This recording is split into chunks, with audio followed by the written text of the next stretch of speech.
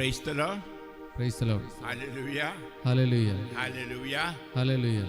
Hallelujah. Hallelujah. നമുക്ക് ശാന്തമായി എഴുന്നേറ്റിന്ന് പരിശുദ്ധാത്മാവിൽ നമ്മൾ പാടിക്കഴിഞ്ഞുവെങ്കിലും നമ്മുടെ പഴയ ആ ഗാനം നമുക്ക് ഓർമ്മയിൽ കൊണ്ടുവന്ന് ഗായകനോടൊപ്പം പ്രാർത്ഥിക്കാം. പരിശുദ്ധാത്മാവേ എഴുന്നള്ളി വരണമേ എന്ന്.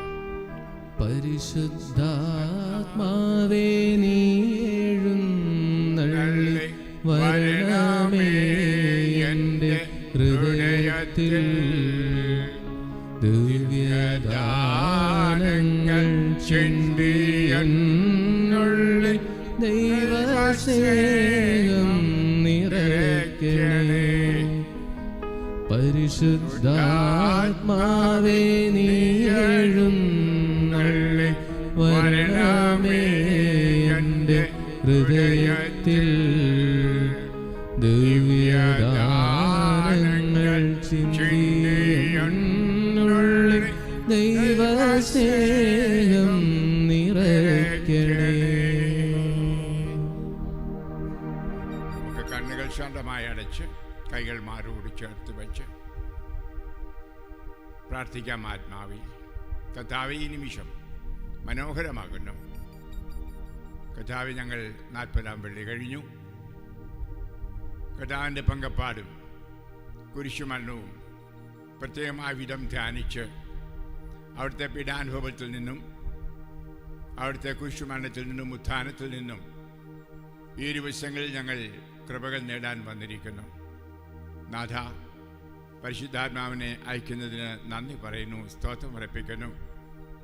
വചനം നല്ലപോലെ കേൾക്കുവാൻ കാതുകൾ തുറക്കണമേ. അങ്ങ് പലപ്പോഴും പറയുണ്ടായല്ലോ, ചെവിയുള്ളവർ കേൾക്കട്ടെ. ഞങ്ങൾക്കെല്ലാം ചെവിയുണ്ട് കർത്താവേ, എന്നാൽ ആന്തരിക ചെവി ഞങ്ങൾ തുറന്നിട്ടില്ല. ഈ നിമിഷം പരിശുദ്ധാത്മാവേ, ആന്തരിക ചെവികൾ തുറക്കണമേ, ആന്തരിക കണ്ണുകൾ തുറക്കണമേ. അങ്ങയെ കാണുവാൻ, അങ്ങയെ അനുഭവിക്കുവാനായി ഹൃദയങ്ങൾ, അന്തരാത്മാവിനെ തുറക്കണമേ. ഈശോയെ, ഈ നിമിഷം കൃപ തരൂ. നമുക്ക് കരങ്ങൾ അല്പം വിടർത്തിയോ പ്രാർത്ഥനാരൂപേണ നിന്റെ അരുവിയിൽ അണഞ്ഞിടുവാൻ ആ കർത്താവിൻ്റെ ഹൃദയം കണ്ടുകൊണ്ട് ആ ഹൃദയത്തിൽ നിന്നൊഴുകുന്ന അരുവി, ജീവൻ്റെ അരുവി ധ്യാനിച്ചുകൊണ്ട് ആ പഴയ ഗാനം നമുക്ക് പാടാം. നിന്റെ അരുവിയിൽ അണഞ്ഞിടുവാൻ, നിന്റെ അരുവിയിൽ നിന്നുനുകരാൻ, നിന്റെ അരുവിയിൽ ജീവിക്കുവാൻ എന്നെ അനുവദിക്കുക നാഥ. നിന്റെ വചനത്തിൽ, നിന്റെ വചനത്തിൽ അണഞ്ഞിടുവാൻ, നിന്റെ വചനത്തിൽ നിന്നുനുകരാൻ, നിന്റെ വചനത്തിൽ ജീവിക്കുവാൻ എന്നെ അനുവദിക്കുക നാഥ. കൃപയിൽ, നിന്റെ കൃപയിൽ അണഞ്ഞിടുവാൻ, നിന്റെ കൃപയിൽ നിന്നുനുകരാൻ, നിന്റെ കൃപയാൽ ജീവിക്കുവാൻ എന്നെ അനുവദിക്കുക നാഥ, എന്നെ അനുവദിക്കുക നാഥ. കണ്ണുകൾ ശാന്തമായി അടച്ച് കൈകൾ മാറോട് ചേർത്ത് വെച്ച് ബഹുമാനപ്പെട്ട വെട്ടുവരിയച്ഛൻ നിങ്ങളോട് സംസാരിച്ച ആ വചനം ധ്യാനിക്കുക. നിങ്ങൾ ധ്യാനിച്ചു കഴിഞ്ഞുവെന്ന് എനിക്കറിയാം. കയ്യപ്പാസ് പറഞ്ഞത്, ഒരു മനുഷ്യൻ ഈ ജനത്തിനു വേണ്ടി മരിക്കുന്നത് ഉചിതമാകുന്നു. ആ മനുഷ്യൻ നമുക്ക് കൂടുതൽ നിന്ന് മനസ്സിലാക്കാൻ ശ്രമിക്കാം.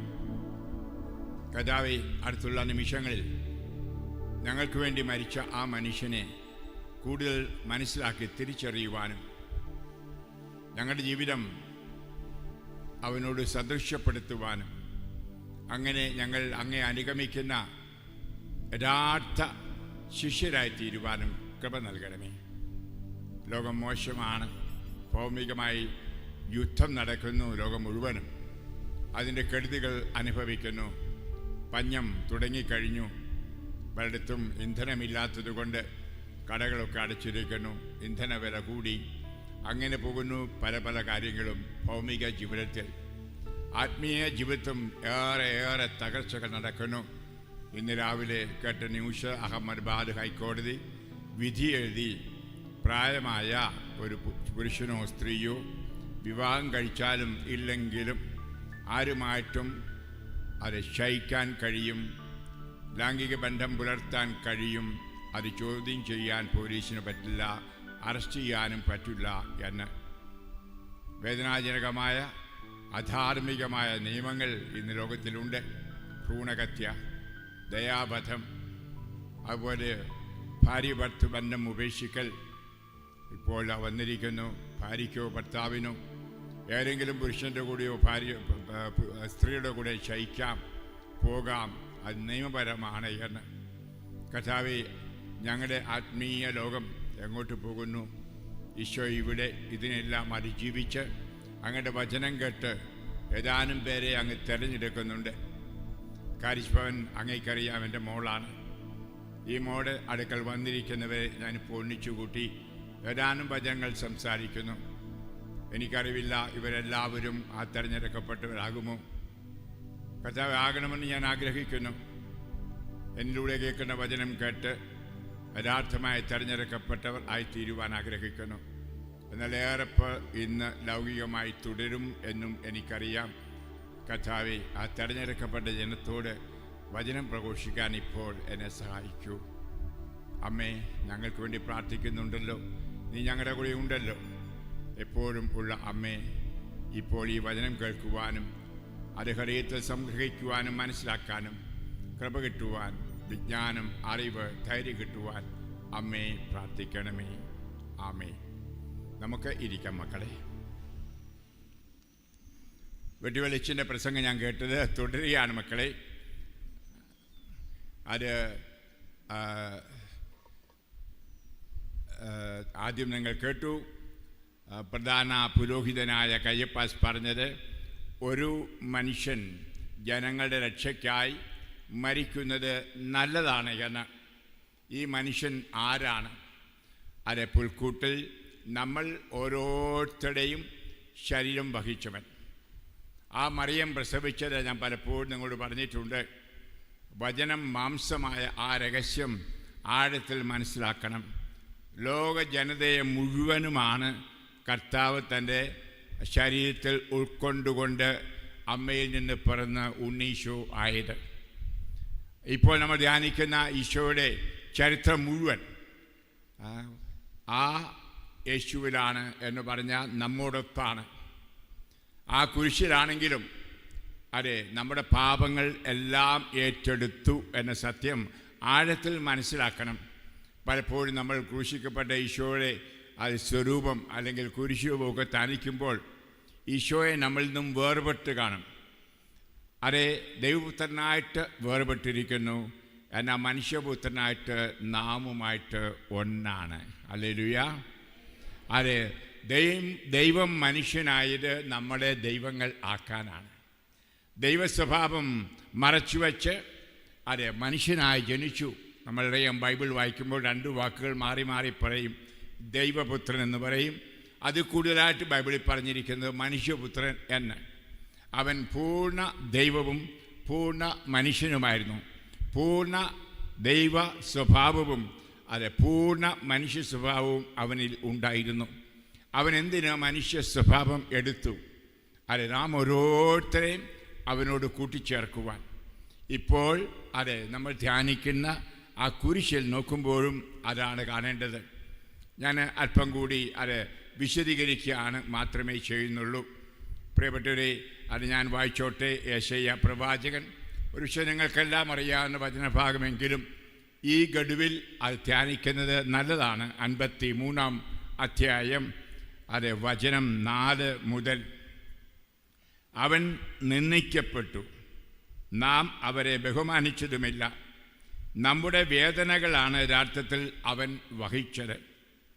നമ്മുടെ ദുഃഖങ്ങളാണ് അവൻ ചുമന്നത്. എന്നാൽ ദൈവം അവനെ പ്രഹരിക്കുകയും ശിക്ഷിക്കുകയും ദണ്ഡിപ്പിക്കുകയും ചെയ്തെന്ന് നാം കരുതി. ഒന്ന് ചിന്തിച്ചോണം. ഇന്നും പലരും ഓർക്കുന്നതാണ് ജൂതന്മാർ കർത്താവിനെ തല്ലിച്ചതയ്ക്കുന്നത്, ജൂതന്മാർ ക്രൂശിക്കുന്നത്.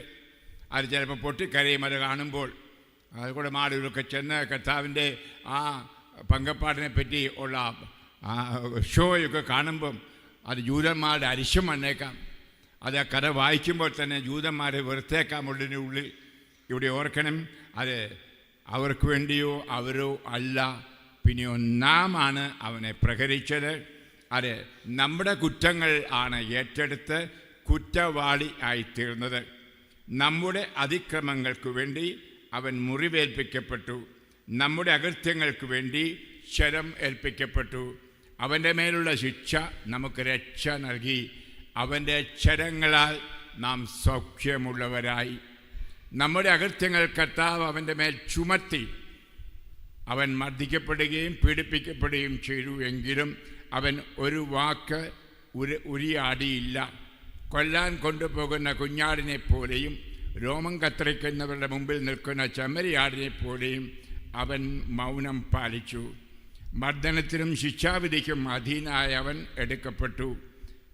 എൻ്റെ ജനത്തിൻ്റെ പാപനിമിത്തമാണ് അവൻ പീഡനമേറ്റ് ജീവിക്കുന്നവരുടെ ഇടയിൽ നിന്ന് വിച്ഛേദിക്കപ്പെട്ടതെന്ന് അവൻ്റെ തലമുറ അറിഞ്ഞില്ല. പ്രിയപ്പെട്ടവരെ, ഈ തലമുറയിലും ഏറെ പേർ ഈ സത്യം അറിയുന്നില്ല എന്നതാണ് വലിയൊരു യാഥാർത്ഥ്യം. പറയാണ്, അത് എൻ്റെ പാപങ്ങളാണ്. നമ്മൾ വായിക്കുന്നുണ്ട് കൊറിന്തോസ്യർക്ക് എഴുതിയ 2-ാം ലേഖനം അധ്യായം 5 വചനം 21. കുറ്റമില്ലാത്തവൻ, പാപം ചെയ്യാത്തവൻ അത് നമ്മുടെ പാപങ്ങൾ വഹിച്ചുകൊണ്ട് ആരായി തീർന്നു? പാപമായി തീർന്നു എന്ന് ഇത് ഓർക്കണം. ആ ക്രൂശിതനെ നോക്കുമ്പോൾ എൻ്റെ പാപം ആണ് ഞാൻ കാണേണ്ടത്, എൻ്റെ തിന്മയാണ് കാണേണ്ടത്. ഈ മർദ്ദനങ്ങളെല്ലാം ഞാനാണ് ഏറ്റെടുക്കേണ്ടിയിരുന്നത്. അതാണ് എൻ്റെ കർത്താവ് എന്നോടുള്ള സ്നേഹത്താൽ ശരീരത്തിൽ ഏറ്റെടുത്തത്. ഹല്ലേലൂയ. ഇത് ധ്യാനിച്ചാൽ ആ ദൈവത്തിൻ്റെ സ്നേഹത്തിൻ്റെ ആഴത്തിലേക്ക് നമ്മൾ പോകും. ഇതാണ് ദൈവം സ്നേഹമാണ്. ദൈവസ്നേഹത്തിൻ്റെ വെളിപ്പെടുത്തലാണ് ഈ ദിവസങ്ങൾ നമ്മൾ അനുഭവിക്കുന്ന ഓർക്കണം. അല്ല വേദനയുടെയും ദുഃഖങ്ങളുടെയും അല്ല. ദൈവം സ്നേഹമാണ് എന്ന് യോഹന്നാൻ പറഞ്ഞപ്പോൾ സ്നേഹം എന്താണ് ചെയ്യുന്നത്? മറ്റുള്ളവരുടെ ദുഃഖങ്ങൾ ഏറ്റെടുക്കുക, വേദനകൾ ഏറ്റെടുക്കുക, വേദനയായി മാറുക, ദുഃഖമായി മാറുക, അത് സഹനദാസനായി മാറുക.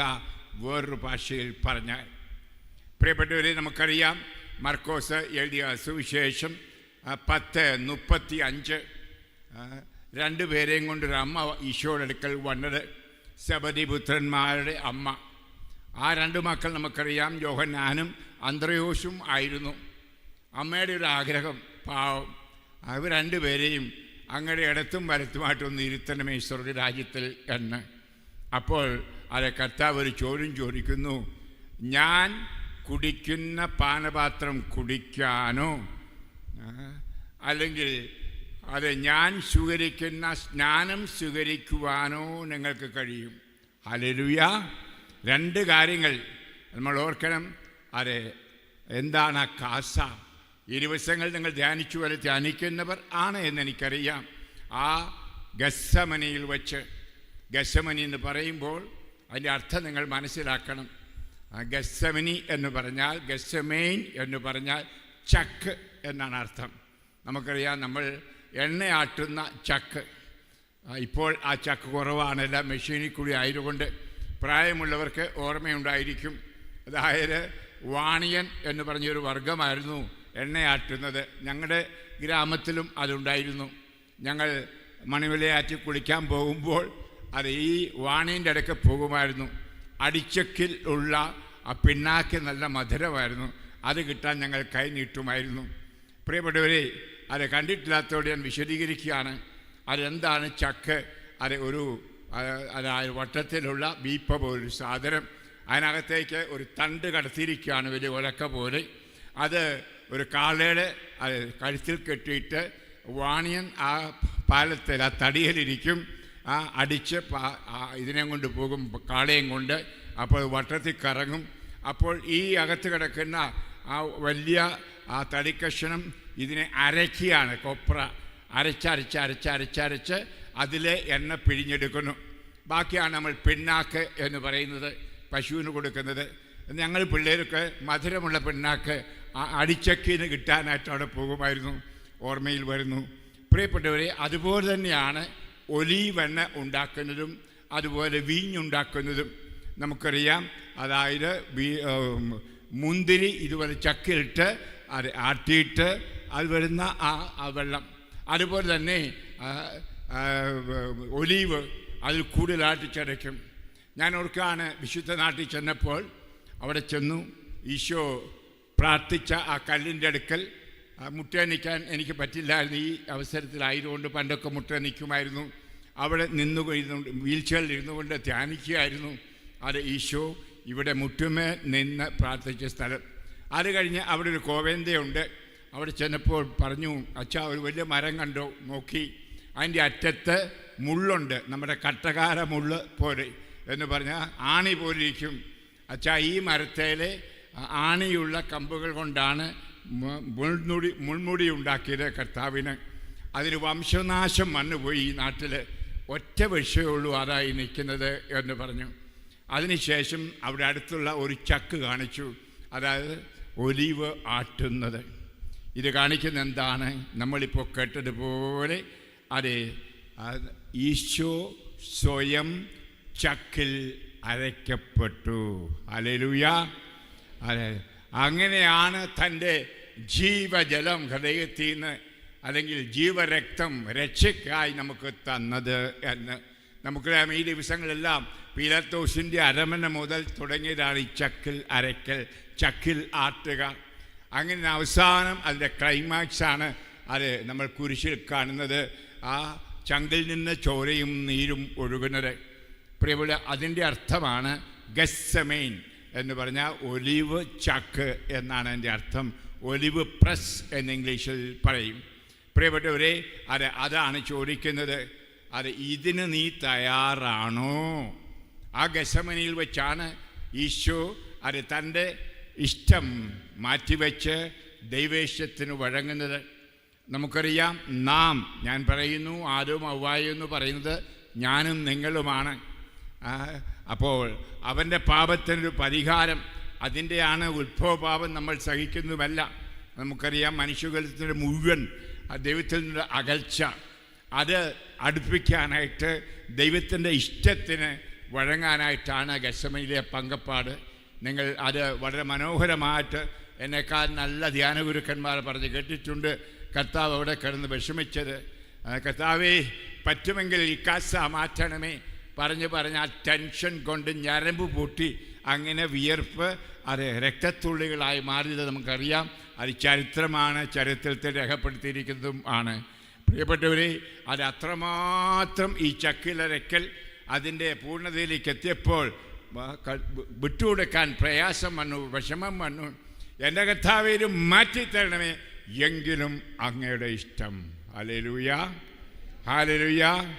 അവസാനം ആ ഇഷ്ടത്തിന് അവിടുന്ന് വിട്ടുകൊടുത്തു. ഏദൻ തോട്ടത്തിൽ വെച്ച നഷ്ടപ്പെട്ട ആ ഇച്ഛാശക്തി, തീരുമാനമെടുക്കാനുള്ള ഇച്ഛാശക്തി കർത്താവ് ഇവിടെ വെച്ച് മനുഷ്യകുലത്തിന് കൊടുത്തു. ഹല്ലേലൂയ. ഒരു തീരുമാനമെടുക്കാൻ നമുക്കെല്ലാം കാണാൻ സാധിക്കും. പരീക്ഷകളും പ്രലോഭനങ്ങളും ഉണ്ടാകും. അപ്പോൾ നമ്മൾ ഓർക്കും, ഇത് ചെയ്യണോ വേണ്ടായോ. പാപം ഒരു പക്ഷെങ്കിൽ മനോഹരമായിട്ട് കൗതുകമായിട്ട് നമ്മുടെ മുമ്പിൽ വരുന്നു. ഇപ്പോൾ ഞാൻ പറഞ്ഞതുപോലെ അലഹബാദ് കോടതി, ഹൈക്കോർട്ട് വിധിച്ചു, ഏത് പ്രായപൂർത്തിയായ സ്ത്രീക്കോ പുരുഷനോ പരസ്പര സമൂഹത്തോടുകൂടി വ്യഭിചരിക്കാം എന്ന് നമ്മുടെ ഭാഷയിൽ പറഞ്ഞാൽ അതിനെ ചോദ്യം ചെയ്യാൻ ആർക്കും സാധ്യമല്ല. കോടതിക്ക് പറ്റില്ല, പോലീസിന് പറ്റില്ല, എങ്കിൽ ഭർത്താവിനും പറ്റില്ല, ഭാര്യയ്ക്കുമില്ല എന്നാണ് അത് വരാൻ പോകുന്നത്. പ്രിയമുള്ളവരെ, ഇതുപോലുള്ള നിയമങ്ങൾ ഒരുപക്ഷെ രാഷ്ട്രത്തിൽ നിന്ന്, ചുറ്റുപാടിൽ നിന്ന് ഒക്കെ ഉണ്ടാകുമ്പോൾ അതില്ല എന്ന് പറഞ്ഞ് ആ സൂസന്നയെപ്പോലെ ദാനിയേൽ പുസ്തകം അധ്യായം 13 കാണുന്നത് പോലെ വിവാഹിതയായിരുന്നു, സുന്ദരിയായിരുന്നു, പ്രഭു കുടുംബത്തിൽ ആയിരുന്നു. അവളെ ചാടിപ്പിടിക്കാൻ തുടങ്ങിയ 2 പ്രധാനാചാര്യന്മാർ, നമ്മുടെ ഭാഷയിൽ പറഞ്ഞാൽ 2 MP-മാർ, 2 MA, അന്നത്തെ ഭരണാധികാരികൾ 2 പേര് അവളിൽ ആകഷ്ടരായി കാത്തിരുന്നു. അപ്പം ഒറ്റയ്ക്ക് കിട്ടും. അപ്പോഴും തോഴിമാരൊന്നിച്ച് അവൾ പോയിരുന്നുള്ളൂ. ഇവിടെയാണ് ഒറ്റയ്ക്ക് പോകുമ്പോൾ ഉള്ള അസ്വസ്ഥത. ദൂരെ മാറി ഒറ്റയ്ക്ക് പോകരുത് ഒരു ഭാര്യ, ഭർത്താവ് പോകരുത്, യുവാവും യുവതിയും പോകരുത്, കൂട്ടുകൂടിയേ പോകാവൂ, പ്രത്യേകിച്ച് കാലഘട്ടങ്ങളിൽ. അതുകൊണ്ടാണ് എപ്പോഴും അവൾ അങ്ങനെയാണ് പോയത്.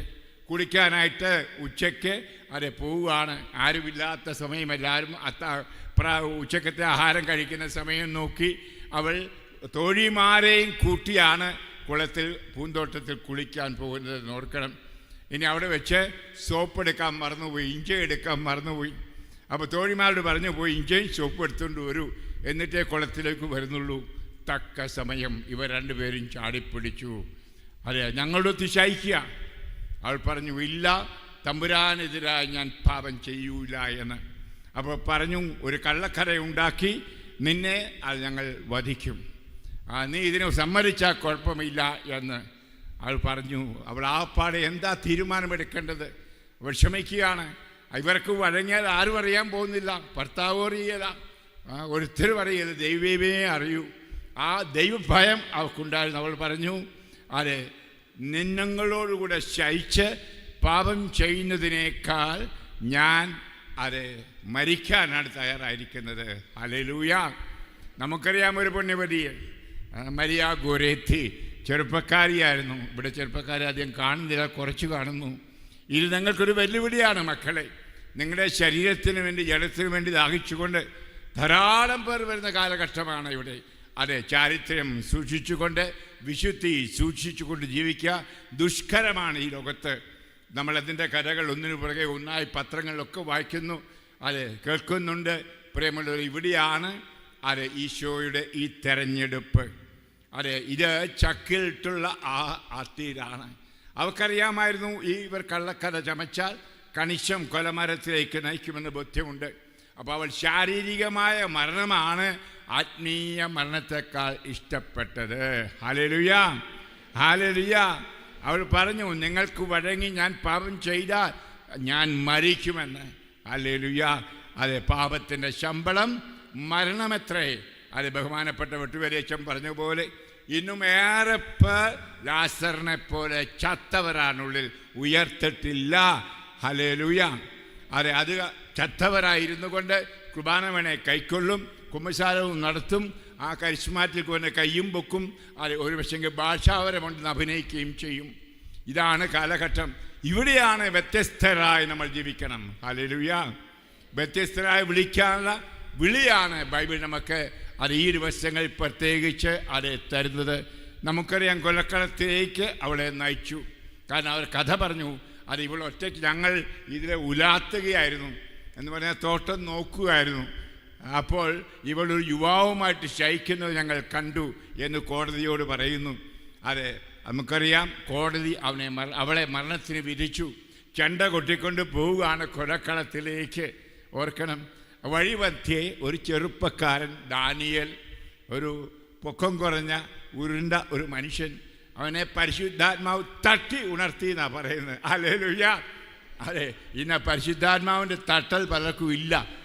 കാരണം ഇന്ന് ഈ സ്തുതിയും സ്തോത്രവും കൈപ്പുറത്തേനുണ്ട്. എന്നാൽ ഉള്ളിലെ ആത്മാവ് എൻ്റെ ദുശാഠ്യത്തിൽ, എൻ്റെ പാപബോധത്തിൽ, എൻ്റെ മദ്യപാനത്തിൽ, ബഹുമാനപ്പെട്ട അച്ഛൻ പറഞ്ഞതുപോലെ ഏതെങ്കിലും ഒരു പാപത്തിൻ്റെ പോകാതെ കിടക്കുന്നുണ്ടെങ്കിൽ എന്ന് പറഞ്ഞാൽ, ഏതെങ്കിലും ഒരു ബന്ധനമുണ്ട് എങ്കിൽ, തഴക്കദോഷമുണ്ടെങ്കിൽ ഈ അവസരത്തിൽ അത് വർക്കൗട്ട് ചെയ്യണം. Hallelujah, hallelujah.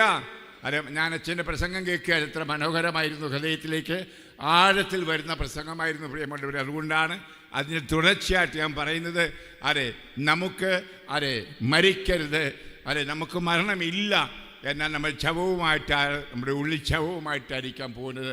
ഇതോരോരുത്തരും ഞാൻ ആരെയും കുറ്റപ്പെടുത്തുകയല്ല, ഞാൻ എന്നെയും നിങ്ങളെയും കുറ്റപ്പെടുത്തും. അങ്ങനെയെങ്കിൽ ക്രിസ്തീയ ജീവിതമല്ല, ഇതെല്ലാം ഒരു നാടകം മാത്രം, ഒരു നാടകം, അഭിനയം മാത്രം. അതെ എന്ന് ആത്മാവിനാൽ തട്ടി ഉണർത്തപ്പെട്ട ദാനിയേൽ വന്ന് നമുക്കറിയാം വിചാരണ നടത്തി. രണ്ടുപേരും കള്ളം പറഞ്ഞു. ആരാണ് കള്ളം പറയുന്നത്? പിശാചുള്ളവൻ. പിശാച് നുണയൻ്റെ തന്തയുമാണ്. ഹല്ലേലൂയ. അപ്പോൾ അതുവഴിയായിട്ട് രണ്ടുപേരും നുണ പറഞ്ഞു. അത് ജനങ്ങൾക്ക് വ്യക്തമായി. ഉടൻ തന്നെ ജനങ്ങൾ പറഞ്ഞു, ആ രണ്ടുപേരെയും അവളെ തൂക്കാനുള്ള കൊലക്കളത്തിലേക്ക് കൊണ്ടുപോകും ചണ്ടി അടിച്ചുകൊണ്ടെന്ന്. ഹല്ലേലൂയ. പ്രിയമുള്ള, ഇതാണ് ജീവിത വിജയം എന്ന് പറയുന്നത്. അങ്ങനെ നമ്മൾ വിജയമുള്ളവരായിരിക്കണം, പരാജിതരാകരുത്. ഞാൻ പറഞ്ഞ പോലെ ഇന്ന് കാലത്ത് ശരീരം വിൽക്കുന്ന എത്ര പേരുണ്ട്. വ്യഭിചാരശാലയിൽ മാത്രമല്ല, കോളേജിലും സ്കൂളിലും പഠിക്കുന്ന പെൺകുട്ടികൾ പോലും, അല്ലെങ്കിൽ ഭർത്താവ് ജോലിക്ക് പോകുമ്പം ഭാര്യ, അല്ലെങ്കിൽ അവൾ ജോലിക്ക് പോകുമ്പോൾ ഭർത്താവ്, ആരും അറിയുന്നില്ല, എന്നാൽ കർത്താവ് കാണുന്നു. അതാണ് ദൈവഭയം. ഹല്ലേലൂയ, ഹല്ലേലൂയ. നമ്മൾ വായിക്കുന്നു പ്രഭാഷകൻ പുസ്തകം അധ്യായം 23 വചനം 19. സൂര്യനേക്കാൾ 10 മടങ്ങ് പ്രഭയുള്ള കണ്ണുകൾ കൊണ്ട് കർത്താവ് നമ്മളെ നോക്കുന്നു. ഹല്ലേലൂയ. ഭർത്താവ് അറിയില്ല, ഭാര്യ അറിയില്ല, വീട്ടുകാരറിയില്ല, അച്ഛൻ്റെ കുംസാരിക്കാൻ ചെന്ന അച്ഛന് പോലും അറിയത്തില്ല. കള്ളക്കുംസാരം വേണമെങ്കിൽ എന്ത് വേണമെങ്കിലും ചെയ്യാം. എന്നാൽ എല്ലാം അറിയുന്ന, എല്ലാം നോക്കിക്കാണുന്ന ആ കണ്ണുകൾ കൊണ്ട് എന്നെ നോക്കുന്നുണ്ട്, നിങ്ങളെയും നോക്കുന്നുണ്ട്. ഹല്ലേലൂയ. ഇതാണ് മനസ്സാക്ഷിക്കടുത്ത് ഉള്ള ജീവിതം. ഇതുണ്ടോ? കർത്താവ് ജോലിക്കാണ്, അതിനുവേണ്ടി വില കൊടുക്കാൻ തയ്യാറ്, ഈ ഇഷ്ടത്തിന് വിട്ടുകൊടുക്കാൻ. അതുതന്നെയാണ് ആ സഹനം. കണിശമായിട്ടോ സഹനമാണ്. പ്രിയപ്പെട്ടവരെ, അതാണ് ആ പാനപാത്രം. അതാണ് ആ സ്നാനം എന്ന് പറഞ്ഞാൽ ക്രിസ്തീയ ജീവിതം ഈ സഹനത്തിൻ്റെ സ്നാനം സ്വീകരിക്കാതെ വിശുദ്ധീകരിക്കപ്പെടുകയില്ല. Hallelujah, hallelujah. മലാക്കി പ്രവാചകൻ അധ്യായം 3:3 പറയുന്നത് പോലെ വ്യക്തമായിട്ട് പറഞ്ഞു, ലേവി പുത്രന്മാരെ ഉലയിൽ ഉരുക്കുന്നത് പോലെ ഉരുക്കും, അതിൻ്റെ ഫലമായി സ്വർണവും വെള്ളിയും തിളങ്ങുന്നത് പോലെ തിളങ്ങും. അങ്ങനെ പ്രശോഭിക്കുന്നവരെയാണ് ഇന്ന് കർത്താവ് നോക്കുന്നത്, ലോകത്തിൻ്റെ പ്രകാശമാകാൻ, ഭൂമിയുടെ ഉപ്പായിത്തീരാൻ. ഹല്ലേലൂയ. ഇന്ന് നമുക്കറിയാം, ലോകത്തെല്ലാം നമ്മൾ കേൾക്കുന്നുണ്ട്, ധാരാളം പീഡനങ്ങൾ. ഇപ്പോൾ ഇലക്ഷൻ വരികയാണ്. LDF-ന് വേണോ, UDF-ന് വേണോ, BJP-ക്ക് വേണോ, ഇങ്ങനെയൊക്കെ ചിന്തിക്കും. ആര് വന്നാലും പ്രിയ ക്രൈസ്തവ നിന്നെ പീഡിപ്പിക്കും. ഹല്ലേലൂയ. പ്രിയ ക്രിസ്ത്യാനികളെ നിങ്ങളെ ആരും സപ്പോർട്ട് ചെയ്യണം. അവർ പഞ്ചാര ചിരിയുമായി വാഗ്ദാനവുമായിട്ട് വീട് തോറും ഇറങ്ങുന്ന സമയമാണ്. അത് ചെയ്യാം, ഇത് ചെയ്യാം. എന്ത് ചെയ്താൽ ഈ 3 ഗ്രൂപ്പ് ആരായാലും ക്രിസ്ത്യാനികളെ പീഡിപ്പിക്കും എന്നോർത്തോണം. ഇപ്പോൾ തന്നെ തുടങ്ങി നിങ്ങൾ കണ്ടു. ഹല്ലേലൂയ. ഏറെ ഇനിയും തീച്ചൂളിലൂടെ ഞാൻ പറയുന്നു, മലയാളികളെ ഈ നമുക്ക് പോകേണ്ടി വരും. ഇവിടെയാണ് ഈ വില കൊടുക്കാൻ തയ്യാറോ എന്ന് നമ്മൾ നമ്മോട് തന്നെ ചോദിക്കണം. ദൈവഹിതം എന്താണ്? ദൈവഹിതം വ്യക്തമായി 1 തെസ്സലോണിയൻസ് അധ്യായം 4:3 നിങ്ങളുടെ വിശുദ്ധീകരണമാണ് ദൈവം അഭിലഷിക്കുന്നത്. This is God's will for you, your holiness of life. നിന്നെ വിശുദ്ധയായി ജീവിക്കാനാണ് കർത്താവിൻ്റെ ഹിതം. ഈ ഹിതത്തിന് വിട്ടുകൊടുക്കാൻ, നീ ഈ ചക്കിൽ താട്ടപ്പെടുവാൻ, രക്തം ചിന്തുവാൻ ഒരു പക്ഷേ തയ്യാറാണോ എന്നാണ് കർത്താവ് ചോദിക്കുന്നത്. ഈ സ്നാനം സ്വീകരിക്കുവാൻ, ഈ സഹനത്തിൻ്റെ സ്വീകരിക്കാൻ നീ തയ്യാറാണോ? ഈശോ അതിനുവേണ്ടി ആറായിത്തീർന്നു. നമുക്ക് കാണാൻ സാധിക്കും. നമ്മൾ വായിക്കുന്നുണ്ട്, അവൻ ആറായിത്തീർന്നു, എന്തേരെയായിരുന്നു അവൻ്റെ സഹനമെന്ന്. അത് തന്നെ ആദ്യമേ നമുക്ക് കാണാൻ സാധിക്കും. നമ്മൾ വായിക്കുന്നു, മത്തായി എഴുതിയ സുവിശേഷത്തിൻ്റെ 27 അല്ലെങ്കിൽ 27 വചനം. മത്തായി എഴുതിയ സുവിശേഷം അധ്യായം 27 വചനം 27 നിങ്ങൾ ഈ ദിവസങ്ങളിൽ ധ്യാനിക്കേണ്ട ഒരു അധ്യായമാണ് എന്ന് ഞാൻ പറയും. മത്തായി 27 മുതൽ. പ്രിയപ്പെട്ട, ഞാൻ ധ്യാനത്തിലൊക്കെ ആണെങ്കിൽ ഗ്രഹപാഠം കൊടുക്കും. അത് നിങ്ങൾക്കും തരികയാണ്. നിങ്ങളുടെ മക്കളല്ലേ, എൻ്റെ സ്റ്റുഡൻസാണ്, അതുകൊണ്ട് തരികയാണ്. വായിക്കണം. 27 മുതൽ വചനം. അനന്തരം ദേശാധിപതിയുടെ പടയാളികൾ യേശുവിനെ പ്രത്തോര്യത്തിലേക്ക് കൊണ്ടുപോയി. സൈന്യവിഭാഗത്തെ മുഴുവൻ അവനെതിരെ അണിനിരത്തി അവനെതിരെ വസ്ത്രം ഉരിഞ്ഞു മാറ്റി, ചെങ്കുപ്പായം അണിയിച്ചു, ഒരു മുൾക്കിരീടം മെടഞ്ഞ് അവൻ്റെ ശിരസിൽ വച്ചു, വലതുകൈയിൽ ഒരു ഞായങ്കണയും കൊടുത്തു. അവൻ്റെ മുമ്പിൽ മുട്ടുകുത്തിക്കൊണ്ട് യഹൂദ രാജാവേ സ്വസ്തി എന്ന് പറഞ്ഞ് അവർ അവനെ പരിഹസിച്ചു. അവർ അവൻ്റെ മേൽ തുപ്പുകയും ഞാങ്കണയെടുത്ത് അവൻ്റെ ശിരസിലേക്കുകയും അവനെ പരിഹസിച്ചതിന് ശേഷം പുറംകുപ്പായം അഴിച്ചു മാറ്റി അവൻ്റെ വസ്ത്രം വീണ്ടും ധരിപ്പിച്ച് കുരിശിൽ തറയ്ക്കാൻ കൊണ്ടുപോവുകയും ചെയ്തു. നമ്മൾ വായിക്കുന്നു യേശയ്യ 50-6 അടിച്ചവർക്ക് പുറവും താടിമീശ പഠിച്ചവർക്ക് കവിളുകളും ഞാൻ കാണാൻ നിന്നുകൊടുത്തു. തുപ്പിയവരിൽ നിന്ന് ഞാൻ എൻ്റെ മുഖം തിരിച്ചില്ല. ഉഴവുകാർ എൻ്റെ മുതുകിൽ ഉഴുതതുപോലെ നീളത്തിൽ എൻ്റെ പുറത്ത് ഉഴകൂച്ചാല് കീറി. നമ്മൾ സങ്കീർത്തനം 129:3 വായിക്കുന്നതാണ്. അവനെ കണ്ടവർ അമ്പരന്നു പോയി. മനുഷ്യനെന്ന് തോന്നാത്ത വിധം അവൻ വിരൂപനായിരിക്കുന്നു.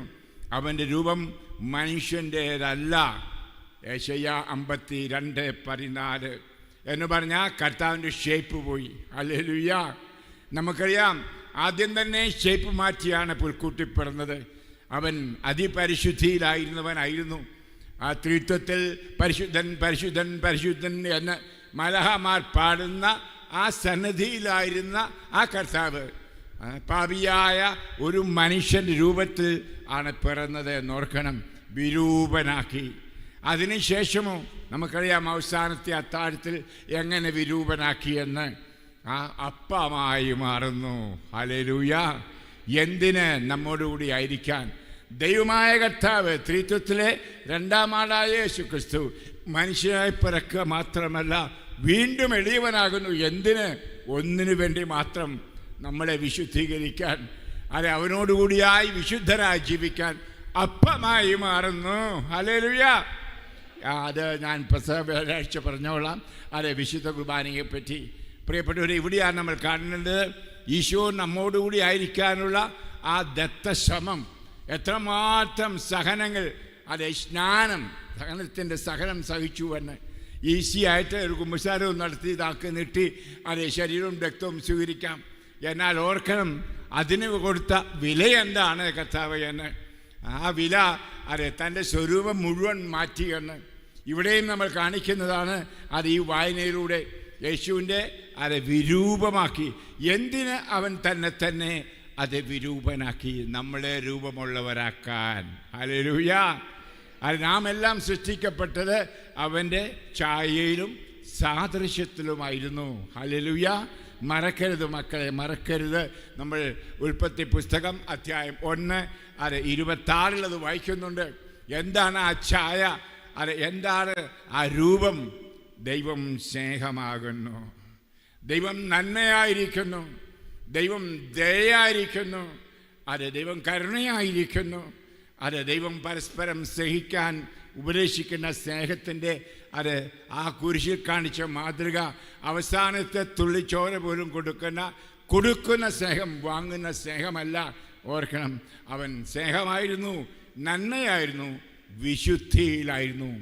ഇതൊക്കെയാണ് അത് നമ്മൾ ജനിച്ചപ്പോൾ ഉണ്ടായിരുന്ന രൂപം മക്കളെ. അതുകൊണ്ടല്ലേ നമുക്കറിയാം, ഒരു കുട്ടിയെ കാണുമ്പോൾ നമുക്ക് സന്തോഷമാണ്. ആ നിഷ്കളങ്കത, ആ വിശുദ്ധി, അല്ലേ? ഏത് കുട്ടിയെ കണ്ടാലും കയ്യിലിരുത്താൻ ഒരു ഉമ്മ കൊടുക്കാൻ തോന്നും. ഇന്നിപ്പം അത് അനുവദിക്കാൻ പാടില്ലാത്ത കാലം. അത്രമാത്രം ജഡികാസക്തി അത് വളർന്നിരിക്കുന്നു. മാതാപിതാക്കൾ കുട്ടിയെ ആരുടെ കയ്യിലും കൊടുക്കില്ലാത്ത കാലമാണ്. ഇതാണ് നമ്മൾ കാണേണ്ട തിന്മയുടെ ശക്തി. ഇവിടെയാണ് തിന്മയുടെ ശക്തിക്കെതിരായി എങ്ങനെ നിഷ്കളങ്കത പാലിക്കാം. നിങ്ങൾ മാനസാന്തരപ്പെട്ട്, ഓർക്കണേ, മതം മാറിയല്ല, മാനസാന്തരപ്പെട്ട്. ഈ വാക്ക് നിങ്ങളെൻ്റെ വീഡിയോ ഇന്നലെ ശ്രദ്ധിച്ചെങ്കിൽ ഞാൻ ഇട്ടിട്ടുണ്ട്. ഗവൺമെൻറ് നമുക്ക് അനുകൂലമായൊരു വിധി പറഞ്ഞത് മാനസാന്തരം പാടില്ല, മതമാറ്റം പാടില്ല, മാനസാന്തരം പാടില്ല എന്ന് പറഞ്ഞിട്ടില്ല. വചനം പ്രഘോഷിക്കാൻ വിലക്കിയിട്ടില്ല. നമ്മുടെ ഭാരതം തട്ടി ഉണർത്തപ്പെടുകയാണ്. ഹല്ലേലൂയ. ഏറെ പേർ ആ മാനസാന്തരത്തിലൂടെ യേശുവിനെ രക്ഷകനായി സ്വീകരിക്കും. ഒരു പക്ഷെങ്കിൽ ഈ പുറംചാട്ട രണ്ട് അച്ഛൻ്റെ അടുക്കൽ നിന്ന് വെള്ളം തലയിൽ ഒഴിച്ച് തൈലവും പുരട്ടി തല്ലിട്ടൊപ്പയും വെച്ച് അതിനുശേഷം പൂശലും നടത്തി അത് രജിസ്റ്ററിൽ എഴുതി വെക്കും. അങ്ങനെ ഇന്ന് നമ്മൾ കത്തോലിക്കർ രജിസ്റ്റേർഡ് കത്തോലിക്കരായി മാറി. ലിവിങ് കാത്തലിക്സ് അല്ല, ജീവിക്കുന്ന ക്രിസ്ത്യാനികളല്ല. ഹല്ലേലൂയ. നമ്മൾ പോകുന്ന മതത്തിലേക്കാണ്, ക്രിസ്തു മതത്തിലേക്ക്. ഈശോ പറഞ്ഞില്ല, അവിടുന്ന് ഒരു മതം സ്ഥാപിച്ചുമില്ല. എൻ്റെ മതത്തിലേക്ക് വരുമെന്ന് പറഞ്ഞില്ല, എൻ്റെ സഭയിലേക്ക്. അത് ശരീരമാണ്, യേശുവിൻ്റെ ശരീരത്തിലേക്കുള്ള ക്ഷണം. കർത്താവ് പറയുന്നുണ്ടല്ലോ, 1 കൊറിന്തോസ് അധ്യായം 12 വചനം 27. 1 കൊറിന്തോസ് 12:27. അത് കർത്താവ് യേശുവിൻ്റെ ശരീരത്തിലെ അവയവങ്ങളാണ് നമ്മൾ. ഹല്ലേലൂയ. ഒരു മരത്തിൻ്റെ അവയവമല്ല. നമ്മൾ കർത്താവ് വിളിച്ച അതിനാണ് തന്നിലേക്ക് പരിവർത്തനപ്പെടുത്തുവാൻ. ഒരു സുപ്രീം കോടതിക്കും അത് തടയാൻ പറ്റത്തില്ല എന്ന് ഓർക്കണമേ. ഹല്ലേലൂയ. സമയമെടുത്തിരിക്കുന്നു. അതെ, കർത്താവിൻ്റെ വചനം പ്രഘോഷിക്കാൻ ഒരു തടസ്സവും അവർ പറയുന്നില്ല. അതുകൊണ്ടാണ് ഞാനൊരു വീഡിയോ ഇറക്കിയത്, നിങ്ങൾ കേൾക്കണം. അതെ, ഭാരതത്തിലെ സഭയുടെ വസന്തകാലം ആരംഭിച്ചുവെന്ന്. കൈയടിച്ച് കർത്താവിനെ സ്തുതിക്കാം. അതേ മക്കളെ, ആഴത്തിൽ മനസ്സിലാക്കാൻ നമ്മളൊക്കെ ഒരു മതജീവിതമല്ല ഇന്ന് ജീവിക്കുന്നത്. മതജീവിതം ഈ കുരിശുവത്തെ മുത്തും പൈസ ഇട്ടേക്കാം. പൈസ ഒക്കെ സ്ഥാപനങ്ങൾക്ക് പോകും, പണികൾക്ക് പോകും. നല്ല കാര്യം കൊടുത്തു ഉണ്ടെങ്കിൽ ഹല്ലേലൂയ. എന്നാൽ ആ ക്രൂശിതനായ യേശു ആണോ മുത്തുന്നത്, അതോ ആ വെള്ളിയോ ആ സ്വർണമോ ആണോ മുത്തുന്നത്? ഹല്ലേലൂയ. ഇത് നമ്മൾ ഉപയോഗിക്കുന്ന ഒന്നിനു വേണ്ടിയാണ്. നമ്മൾ വായിക്കുന്നുണ്ട് ഹെബ്രായക്കാർക്ക് എഴുതിയ ലേഖനം 11 അധ്യായം 23. ഹെബ്രായർ അധ്യായം 11:23. അതായത് യേശുവിനും 1500 കൊല്ലമോ 1300 കൊല്ലമോ ജീവിച്ചിരുന്ന മൂശ ക്രൂശിതനായ കർത്താവിനെ കണ്ടു. ഞാൻ ഏതോ ഒരു പ്രസംഗത്തിൽ നിങ്ങളോട് പറഞ്ഞിട്ടുള്ളതാണ്. അതായത് ഈ കുരിശുമരണം എന്ന സംഭവം ലോകാരംഭത്തിൽ തന്നെ സംഭവിച്ചു. അതുകൊണ്ടാണ് യോഹന്നാൻ എഴുതിയ സുവിശേഷം 1:1 പറഞ്ഞിരിക്കുന്നത്, അവനിലൂടെ എല്ലാം ഉണ്ടായി, അവനെ കൂടാതെ ഒന്നും ഉണ്ടായിട്ടില്ല എന്ന്. ഹല്ലേലൂയ. നമ്മളൊക്കെ വിചാരിച്ചിരിക്കുന്ന ആദ്യം പിതാവ് അങ്ങനെ സൃഷ്ടികർമ്മം ചെയ്തു, അതിനുശേഷം വർഷങ്ങൾക്ക് ശേഷം, അതെ 2000 കൊല്ലം മുമ്പ് കർത്താവ് നമ്മളെ രക്ഷിക്കാൻ വന്ന രക്ഷകനായി, അതിനുശേഷം 3 പരിശുദ്ധാത്മാവിനെ അങ്ങ് വിട്ടു, പെന്തക്കോസ്തായി. അങ്ങനെ വ്യത്യസ്തരായ 3 പേര് വ്യത്യസ്ത കാലഘട്ടത്തിലാണ് ഇതൊക്കെ ചെയ്തതെന്ന് ധരിക്കുന്ന അച്ഛന്മാർ പോലും ഉണ്ട്, കന്യാസികൾ പോലും ഉണ്ട്. ഹല്ലേലൂയ. ഇല്ല, ദൈവമൊന്നാണ്, ത്രിത്വമാണ്. അതെ, ത്രിത്വം എന്ന് പറഞ്ഞാൽ അവർ ഒന്നാണ്. ഇത് ആദ്യം മുതലേ ഉണ്ടായിരുന്നു, ഓർക്കണം. സൃഷ്ടികർമ്മത്തിലും രക്ഷാകർമ്മത്തിലും ഇപ്പോഴും നമ്മുടെ അടുത്തുണ്ട്.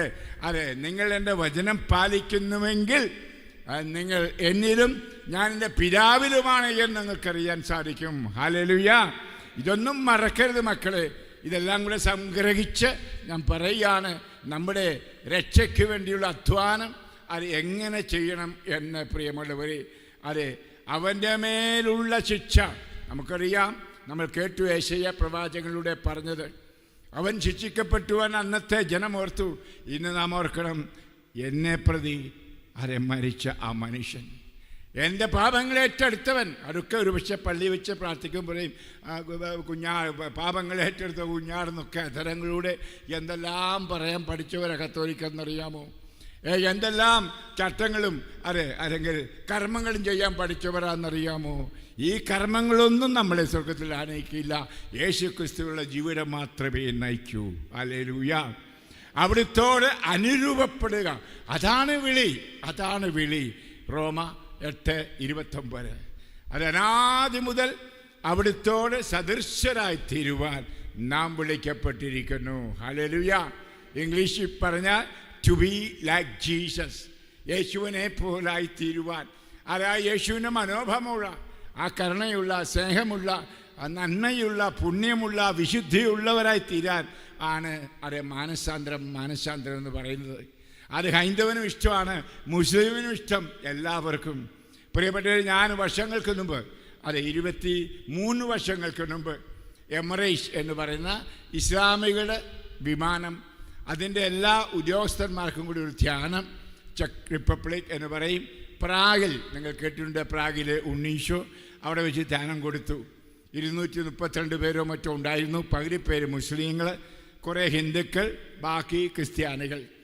അവർക്ക് അത് ധ്യാനം കൊടുത്തപ്പോൾ ഞാൻ പറഞ്ഞത് 2 കാര്യം മാത്രം.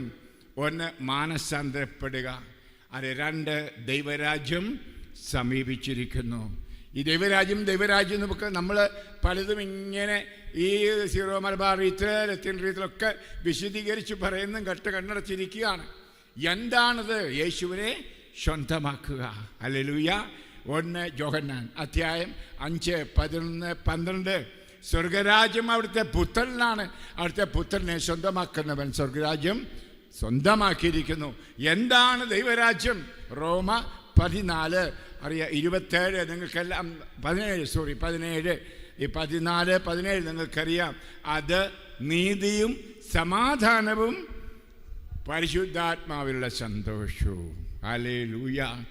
ഇതേതൊരു മനുഷ്യനും, ഇങ്ങേയറ്റം തീവ്രവാദികൾക്കും RSSനും ബജരംഗിനും എല്ലാം സ്വീകാര്യമാണ്. ഹല്ലേലൂയ. അവരും അവരുടെ മരങ്ങളിലൂടെ ഇതാണ് നോക്കുന്നത്. പക്ഷെ അവർക്ക് കിട്ടുന്നില്ല. അത് കിട്ടണമെങ്കിൽ യേശുവിലേക്ക് മാനസാന്തരപ്പെടണം. പ്രിയമുള്ള, ആ ധ്യാനം കഴിഞ്ഞതിൻ്റെ ഫലം എന്താണ്? ഇപ്പോൾ അവരുടെ പ്ലെയിനിൽ ഫസ്റ്റ് ക്ലാസ്സിൽ ഫ്രീ ആയിട്ട് പോകാൻ പറ്റുന്നു. ഹല്ലേലൂയ. ആ ഒറ്റ ധ്യാനം കൊണ്ട് അത് അവരുടെ ആ സന്തോഷം കൊണ്ട് എനിക്ക് തന്ന സമ്മാനം അതാണ്. അത് പറയാനല്ല ഇത് പറഞ്ഞത്. അതെ പ്രിയപ്പെട്ടവരെ, ഞാൻ പറഞ്ഞത് നമ്മുടെ ഹൈന്ദവരോ മുസ്ലിങ്ങളോ ആരും നമ്മളെ വെറുക്കില്ല. നമ്മൾ ജീവിക്കേണ്ടതുപോലെ ജീവിച്ചാൽ, സംസാരിക്കേണ്ടതുപോലെ സംസാരിച്ചാൽ, ഈ സ്പർദ്ധയും വൈരാഗ്യവും എല്ലാം വിട്ടുകൊണ്ട് അത് നമ്മൾ യേശു പറഞ്ഞ ആ വചനം അനുസരിച്ച്, ഞാൻ ഇന്ന് ഒരു വീഡിയോ ഇട്ട് നിങ്ങൾ വായിച്ചേക്കും, ചിരിച്ചേക്കും. അത് ഈ പെസഹ വ്യാഴാഴ്ചയ്ക്ക് ദയവായിട്ട് കാലുകഴുകൽ നടത്തരുത് എന്ന്. ഹല്ലേലൂയ. അതെ, കാല് കഴുകി മുത്തും, എത്ര കുടവയറുള്ള അച്ഛനായാലും കുനിഞ്ഞു മുത്തും, അതെല്ലാം നടത്തി. അതെ, എന്താ നടക്കുന്നത്? സഭയിൽ വൈദികർ തമ്മിൽ ഭിന്നത, മെത്രാന്മാർ തമ്മിൽ ഭിന്നത, റീത്തുകൾ തമ്മിൽ ഭിന്നത. അതെ, എന്നിട്ട് അതെ ഈ പ്രക്രിയയെല്ലാം നടത്തുന്നു. അതുകൊണ്ട് ഞാൻ ആത്മാവിൽ പ്രചോദിതനായിട്ട് ആ വീഡിയോ ഇട്ടത്. ഇത് വേണ്ടാന്ന് വെക്കണ്ടേ ഈ കൊല്ലം എന്ന്. ഹല്ലേലൂയ. ആ കൽപ്പന കൊടുത്ത് അവിടെ വെച്ചാണ് കാല് കഴുകി മുത്തിയിട്ട്, ഇതാ ഞാൻ നിങ്ങൾക്കൊരു പുതിയ കൽപ്പന തരുന്നു, നിങ്ങൾ പരസ്പരം സ്നേഹിക്കുക. നിങ്ങൾ പരസ്പരം സ്നേഹിക്കുമ്പോൾ എന്നെ പിതാവ് അയച്ചുവെന്ന് ലോകം അറിയും. അങ്ങനെ നിങ്ങൾ എൻ്റെ ശിഷ്യരായിത്തീരും. ഹല്ലേലൂയ. ഈശോ ഒരിക്കലും പറഞ്ഞില്ല പോയി ക്രിസ്ത്യാനികളാക്കൂന്ന്. ഹല്ലേലൂയ. ശിഷ്യപ്പെടുത്തുവിൻ, പ്രഘോഷിക്കൂ, ശിഷ്യപ്പെടുത്തുവിൻ. ശിഷ്യപ്പെടുത്തലിന് മതം മാറേണ്ട കാര്യമില്ല. ഹല്ലേലൂയ. അതെ, നിങ്ങൾ പല വീഡിയോകളും കേൾക്കുന്നുണ്ടല്ലോ. കാര്യം അത് ഔദ്യോഗികമായിട്ട് നമ്മൾ 2% ഉള്ളെങ്കിൽ അത് അനൗദ്യോഗികമായിട്ടൊരു 15% ഉണ്ട്. എനിക്ക് ധാരാളം പേര് ആത്മാവിൽ സ്ഥാനം സ്വീകരിച്ച് തീപ്പന്തങ്ങളാണ് ജീവിക്കുന്നത്. അതേസമയം മനോഷ്ണരായ കത്തോലിക്കരെയും എനിക്കറിയാം. ഇതെല്ലാം കേട്ടാലും അയ്യോ, ഞാൻ ഒത്തിരി ധ്യാനം കാരിസ്വാമി കൂടി, മഞ്ഞാക്കച്ചൻ്റെ കൂടി, അല്ലെങ്കിൽ കാരിച്ചിൻ്റെ കൂടി, ഇതൊക്കെ പറഞ്ഞ് ആ സ്വർഗത്തിൽ ചെല്ലുമ്പോൾ ചോദിക്കുകയില്ല കർത്താവ് ചോദിക്കുകയില്ല. അത് എത്ര തവണ കാരിസ്വാമി പോയി, എത്ര തവണ ഭാഷാപരത്തിൽ പ്രാർത്ഥിച്ചു, ഇതൊക്കെ കണക്ക് വെച്ചുകൊണ്ടല്ല നിങ്ങൾക്ക് സ്വർഗം തരാൻ പോകുന്നത്. നീ എപ്രകാരം മറ്റുള്ളവരെ സ്നേഹിച്ചു, സ്നേഹപ്രവർത്തികൾ ചെയ്തു. ഹല്ലേലൂയ. അതെ, ഈ സ്നേഹമെന്ന് പറയുന്നത് പ്രവൃത്തി വരണം. ചുമ്മാ ഐ ലവ് എന്ന് പറഞ്ഞാൽ പോരാ. കഴിഞ്ഞ ദിവസം ഞാൻ വായിച്ചതുപോലെ സ്നേഹത്തിൻ്റെ അഭിനയങ്ങൾ എന്തെല്ലാമാണ് നമ്മുടെ കേരളത്തിൽ പ്രത്യേകിച്ച്. അതെ, ഒരു മരുമകളും അമ്മയുമായിട്ട് പോരെ. ആ മകനോട് പറഞ്ഞു മാറി താമസിക്കാം, ഇവിടെ അങ്ങ് വിവാഹമോചനം നടത്തി പറഞ്ഞുകൊള്ളൂ. എന്നിട്ട് അവളെപ്പറ്റി പറയാവുന്ന ജീവിതവും തെറിയെല്ലാം പറഞ്ഞ്. കാരണം ഏക മകൻ അമ്മയോട് ഇങ്ങനെ അറ്റാച്ച് ആയിരുന്നു. അമ്മയുടെ മടിയിലാണ് എപ്പോഴും. കല്യാണം കഴിച്ചിട്ടും അമ്മയുടെ മടിയിലാണ്, അപ്പൻ്റെ മടിയിലാണ്. അപ്പോൾ ഈ അമ്മ പ്രത്യേകിച്ച് അമ്മയ്ക്കൊരു ശുഷ്കര മകളെ കെട്ടിച്ചപ്പം, മകന് കല്യാണം നടന്നപ്പോൾ എന്നെ ഉപേക്ഷിച്ചോടാൻ മോനെ എന്നൊക്കെ ചോദിച്ചു കാണുമെന്ന്. അതെല്ലാം കഴിഞ്ഞ് ഇവർ സുഖമായിട്ട് ജീവിക്കുന്നത് കണ്ടപ്പം അസൂയ. ഈ അസൂയ നമുക്കറിയാം എവിടെ ചെന്നെത്തിക്കാം. കൊലപാതകത്തിൽ അതാണ് കഥ. അത് വായിച്ചപ്പോൾ പൊട്ടിക്കരഞ്ഞുപോയി. അതായത് മകനോട് പറഞ്ഞു വിവാഹമോചനം നടത്തുവാൻ അമ്മ എന്ന് വിളിക്കുന്ന, ഒരുപക്ഷെ കരിസ്മാറ്റിക് ആയിരുന്നിരിക്കാം, ആർക്കറിയാം. ഒരുപക്ഷെ ഭാഷാപരത്തിൽ പ്രാർത്ഥിക്കുന്നവളും ആയിരുന്നിരിക്കാം, ആർക്കറിയാം. ഒരു ദിവസം അവിടെ ബർത്ത്ഡേ, ജന്മദിനത്തിന് കേക്കുമായിട്ട് വരുന്നു. മോളെ, എനിക്ക് നിന്നോട് സ്നേഹമേ ഉള്ളൂ. എനിക്ക് യാതൊരു പണക്കവുമില്ല. അതെ, ആ പെണ്ണോർത്തു അമ്മയ്ക്ക് പരിശുദ്ധാത്മാവിന് ദാനം കിട്ടിക്കാണും, എന്നോടെല്ലാം ക്ഷമിച്ചു എന്ന് നല്ല പുഞ്ചിരി. എന്നിട്ട് കെട്ടിപ്പിടിച്ച് ഉമ്മ കൊടുത്തു, കയ്യിലുണ്ടായിരുന്ന പൂക്കട്ട് കൈ കൊടുത്തു, അതെ കേക്കും കൈ കൊടുത്തു. അതെ, ഭർത്താവ് ജോലിക്ക് പോയിരിക്കുകയായിരുന്നു ആ സമയത്ത്. അതെ, അത് കഴിഞ്ഞ് ഭർത്താവ് വരുന്നത് പോലീസ് വിളിച്ചു, നിൻ്റെ ഭാര്യ അതെ മരിച്ചു, വിഷമാണ് പോലീസ് കണ്ടെത്തിയത് എന്ന്. പ്രിയപ്പെട്ടവരെ, ഈ സ്ത്രീ അതെ കേക്കിൽ വിഷം കലർത്തി അവസാന പരിപാടി. ഇപ്പോൾ നിങ്ങൾ കാണാൻ സാധിക്കും, അത് ട്രംപും അല്ലെങ്കിൽ മറ്റ് രാജ്യങ്ങളും അവസാന കൈ നോക്കുന്നത് അണുബോംബ് എന്ന് പറഞ്ഞ പോലെ മരുമകളെ കൊല്ലുക എന്നത് ചെയ്തത് എത്ര ദുഷ്ടമായി തീരാൻ കാര്യം പറയും.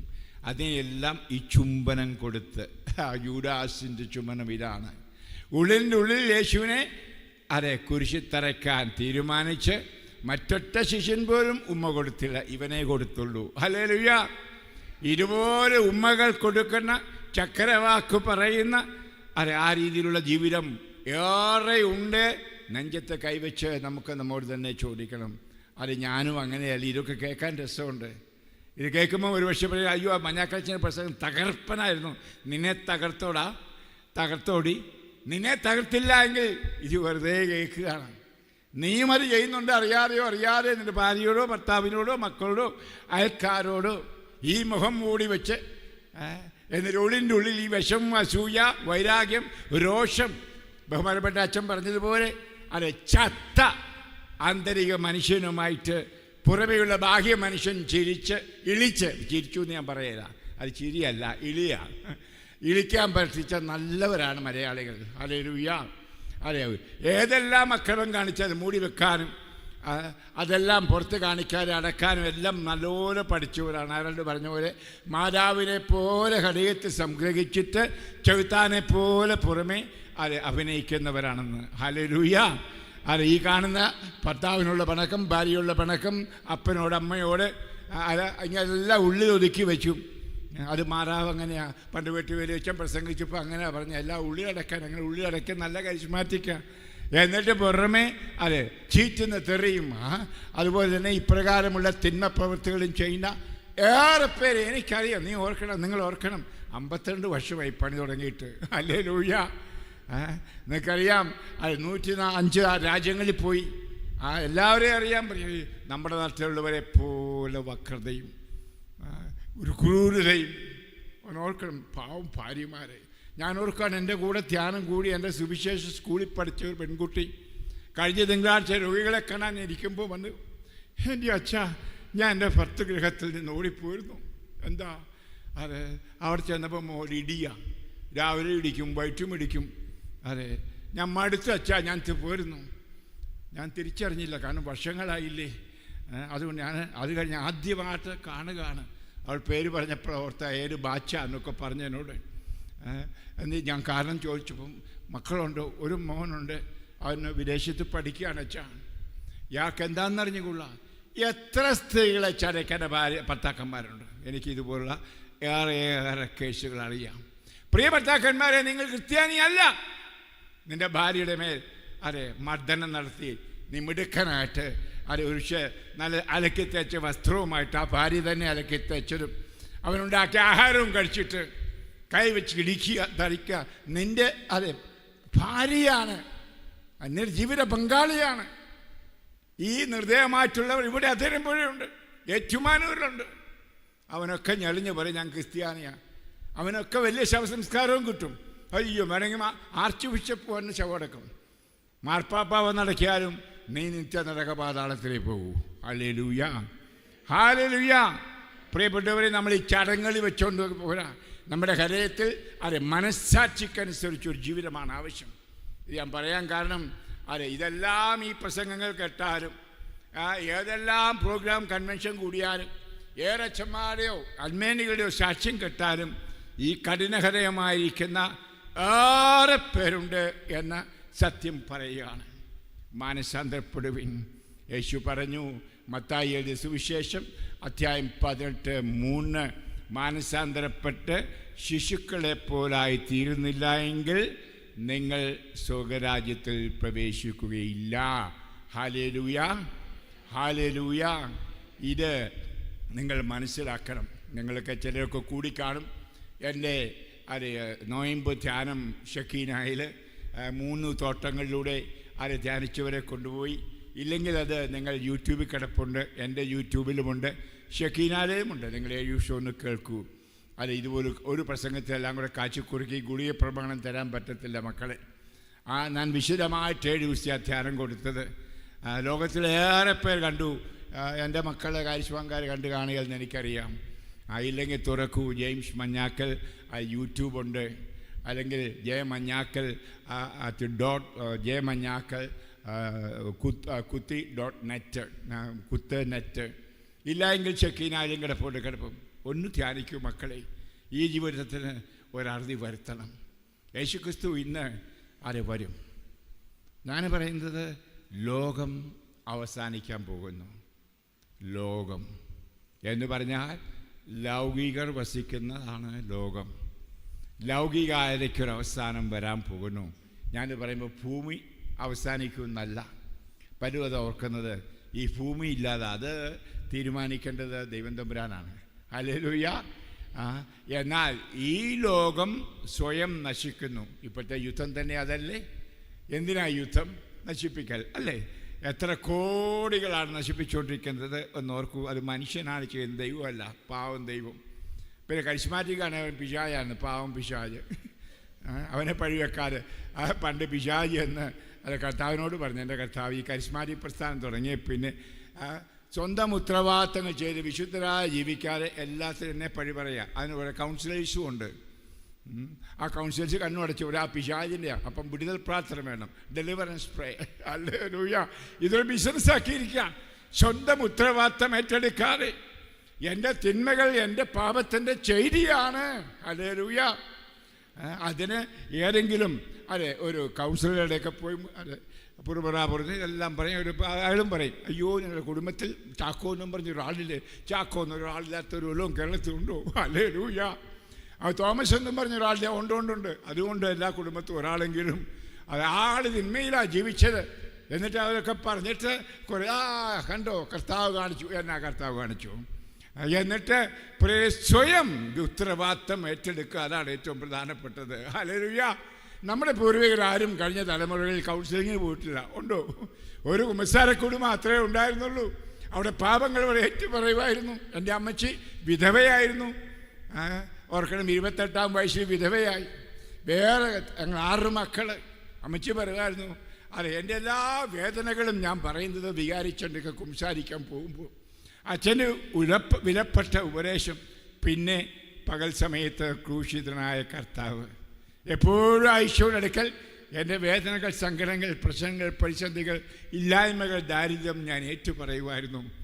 ഇതൊക്കെ പോയിട്ടിപ്പോൾ ആ പാവം പിശാചിനെ കുറ്റപ്പെടുത്തുക, അല്ലെങ്കിൽ മരിച്ചുപോയ ആരെങ്കിലും കുറ്റപ്പെടുത്തുക. ഇതല്ല. നമുക്ക് സ്വയം നമ്മളിലേക്ക് തിരിയണം. എന്നയ്ക്ക് വേണ്ടി വിരൂപനായ ഈശോ എൻ്റെ പാപങ്ങളെ പരിണിത ഫലങ്ങൾ സ്വന്തം ശരീരത്തിൽ ഏറ്റെടുത്ത കർത്താവ്. ആ കർത്താവിങ്കിലെ കടുക്കുകയാണ് വേണ്ടത് മക്കളെ. ഇതാണ് മാനസാന്തരം. Hallelujah, hallelujah. എളുപ്പമുള്ള കാര്യമല്ല. അതുകൊണ്ടാണ് ഇത് ആർക്കും ഇഷ്ടമല്ല. ഞാനീ പറയുന്നത് എനിക്കറിയാം, വിളിക്കുന്ന പലർക്കും ഇഷ്ടമില്ല. എന്നെ ഞാൻ പറയാം, എൻ്റെ മക്കളെ നിങ്ങൾക്ക് ഉണ്ടാകുന്നതെല്ലാം പിശാചാണ്. പിശാചിനെ പറ്റി ഒരു പ്രസംഗവും പറഞ്ഞിട്ട് നിങ്ങൾ അങ്ങോട്ട് പോയ പിശാചാണ്, ഇങ്ങോട്ട് തിരിഞ്ഞാൽ പിശാചാണ്, വാതുക്കൽ കൊണ്ട് അനംവെള്ളം തളിക്കണം, ഇല്ലേ പിശാച് വരും, നെറ്റിയിലാണ് കുരിശു വരയ്ക്കും, ഇങ്ങനെയൊക്കെ പറയാൻ എന്ത് ഇഷ്ടമാണെന്നറിയാമോ? ഞാൻ ഇതൊന്നും ഇല്ലെന്നല്ല പറയുന്നത്. പ്രിയപ്പെട്ടവരെ, ഞാൻ പറയാൻ കാരണം ഇന്ന് സ്വയം ഉത്തരവാദിത്തം, പാപത്തിൻ്റെയും തിന്മയുടെയും ഉത്തരവാദിത്തം ഏറ്റെടുക്കാത്തവർ.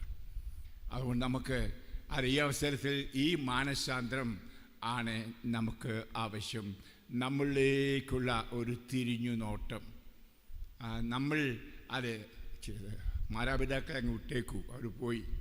മാതാപിതാക്കളെ ആത്മശോധന നിങ്ങൾ നോക്കണ്ട, അല്ലെങ്കിൽ പൂർവ്വന്മാരുടെയും ആത്മശോധന നിങ്ങളിപ്പം നടത്തണ്ട.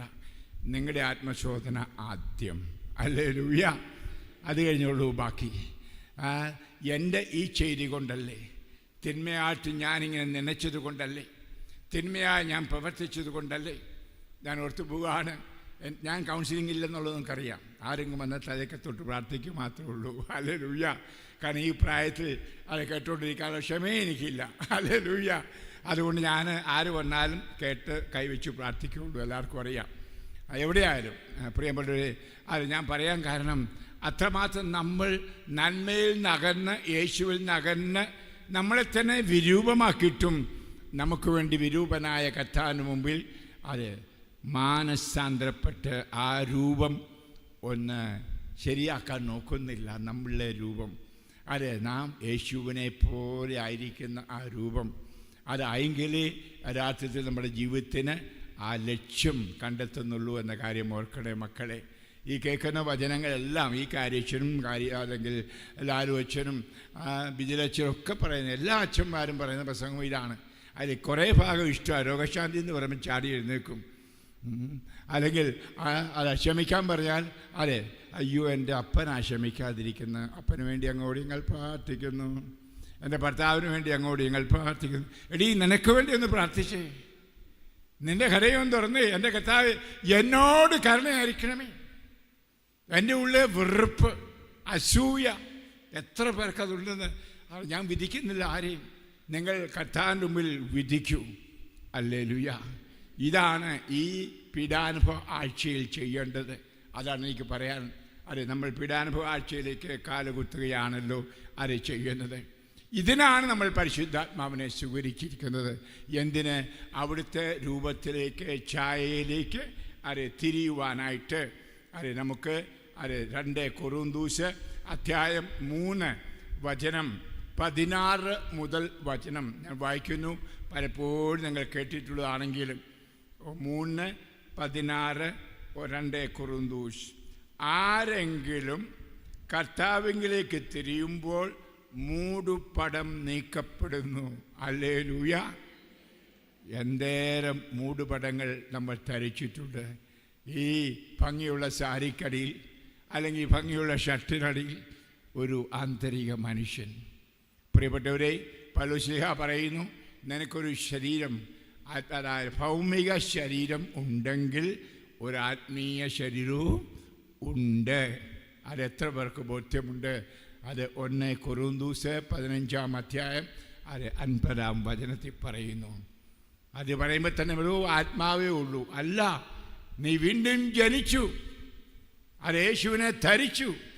നിനക്കൊരു ആത്മീയ വ്യക്തിത്വമുണ്ട്, ഒരു ആത്മീയ ശരീരമുണ്ട്. അത് ഈ ബാഹ്യ കണ്ണടച്ചാലേ കാണാൻ പറ്റും. Hallelujah, hallelujah. ഈ മനുഷ്യനെയാണ് വളർത്തേണ്ടത്. അത് യേശു ക്രിസ്തു കുരിശിൽ മരിച്ച് ആത്മാവിനെ തന്നു എന്ന് പറഞ്ഞാൽ ഈ ആത്മാവിലൂടെ നാം ജന്മം കൊണ്ടു ഒരു പുതിയ മനുഷ്യനായി.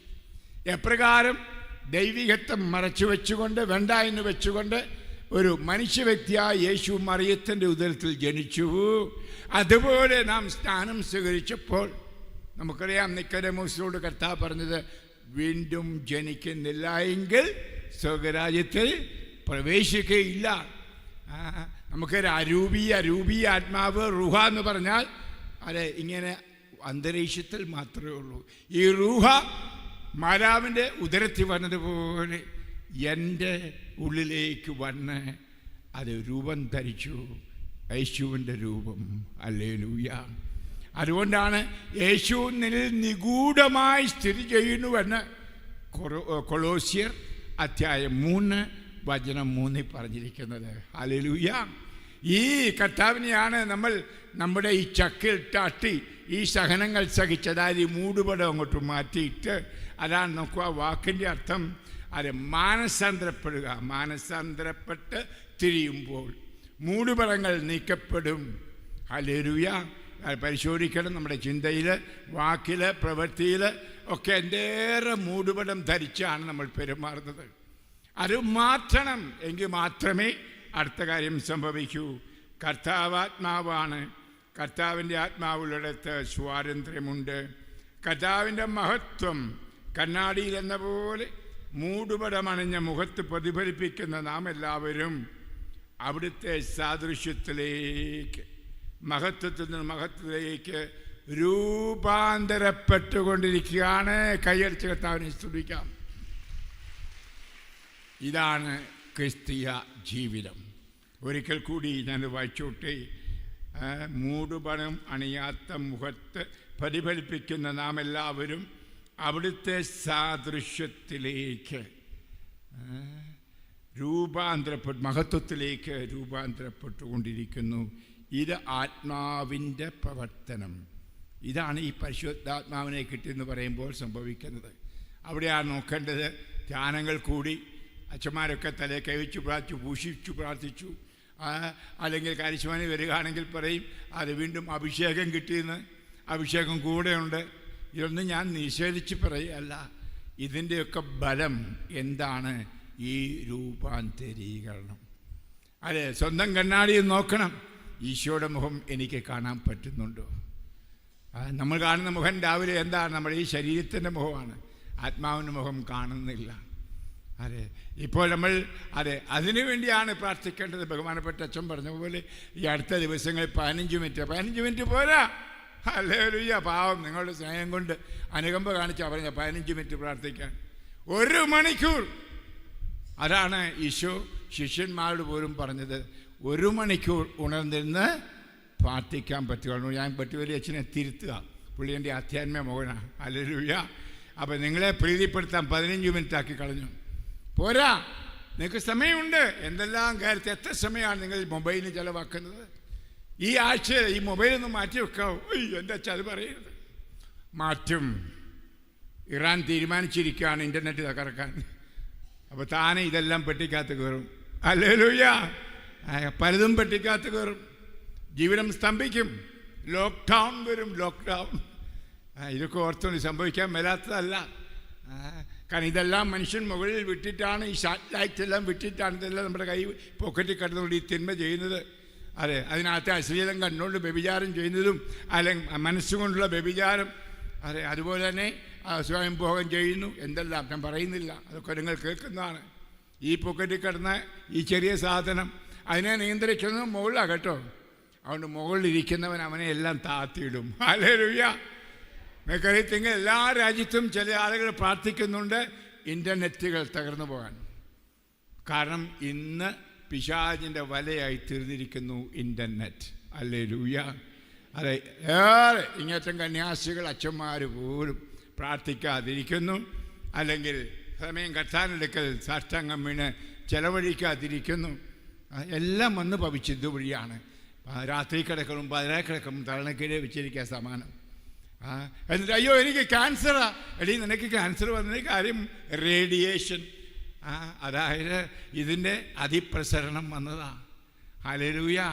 ഹല്ലേലൂയ. അത് മാറാനായിട്ട് ഡോക്ടർമാരൊക്കെ പോയിട്ട് കാര്യമില്ല. മരുന്നെടുത്തിട്ടും കാര്യമില്ല. ഈ ക്യാൻസർ വീണ്ടും വരും. ഞാൻ പേടിപ്പിക്കല്ല ആരെയും. അതിന് നിൻ്റെ ജീവിതം ക്രമീകരിച്ച് ആന്തരിക മനുഷ്യനെ കാണാതെ ഈ രോഗങ്ങൾക്കൊന്നും അറിയില്ല. ഇപ്പം മഞ്ഞാക്കച്ചും വലിച്ചു കീറി പ്രാർത്ഥിച്ച സൗഖ്യമൊന്നും കിട്ടില്ല. ഹല്ലേലൂയ. നിൻ്റെ ഉള്ളിലേക്ക് തിരിഞ്ഞ് ഈ രോഗത്തിൻ്റെ കാര്യകാരണങ്ങൾ മാറ്റിക്കളയാതെ പിശാചിനെയും പഠിച്ചുകൊണ്ടിരുന്നിട്ട് കാര്യമില്ല മക്കളെ. ആ പിശാചാ നിൻ്റെ പോക്കറ്റിൽ കിടക്കുന്നത്.